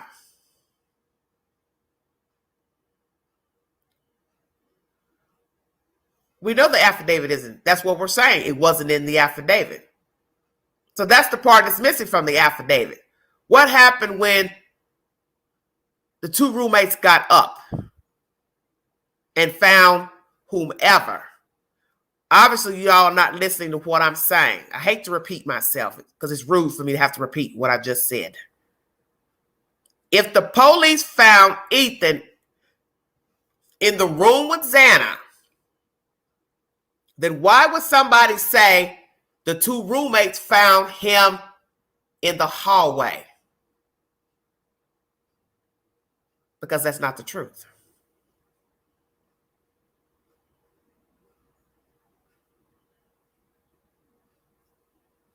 Why would you lie about finding somebody somewhere where they were not?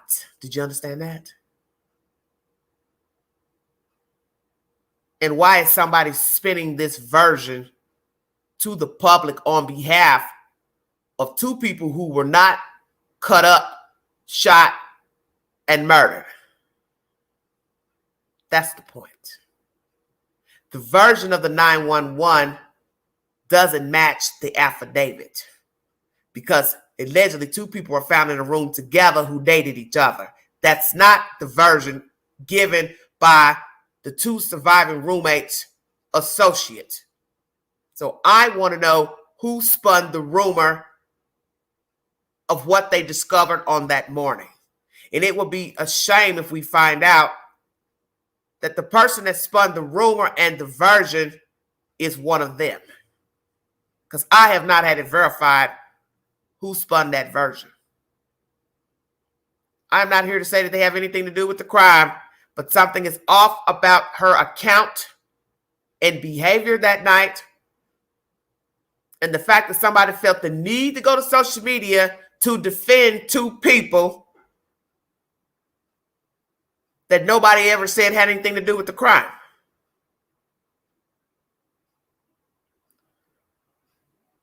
What doesn't match is, I'm going to say it again. You all aren't listening. The rumor is that Ethan was found in the hall. That's not in the affidavit. He was not found in the hall. He was found in his girlfriend's room, Xana. So I'm saying, why would somebody put that out on behalf of the girls that they found him in the hallway? That's my point. Why would you lie and say they found him in the hall when the affidavit says he was found in Xana's room? So that's the point I'm trying to make. The only time you want people to speak up on behalf if perhaps you have something to hide and you're not telling the truth. Stay woke. And I've always said that about true crime. When it's all laid out, will you find out that the version a person gave to his friend, his mother, if it's the same version they gave law enforcement? Thank you for joining me. You've been listening to The Vault. Stay woke.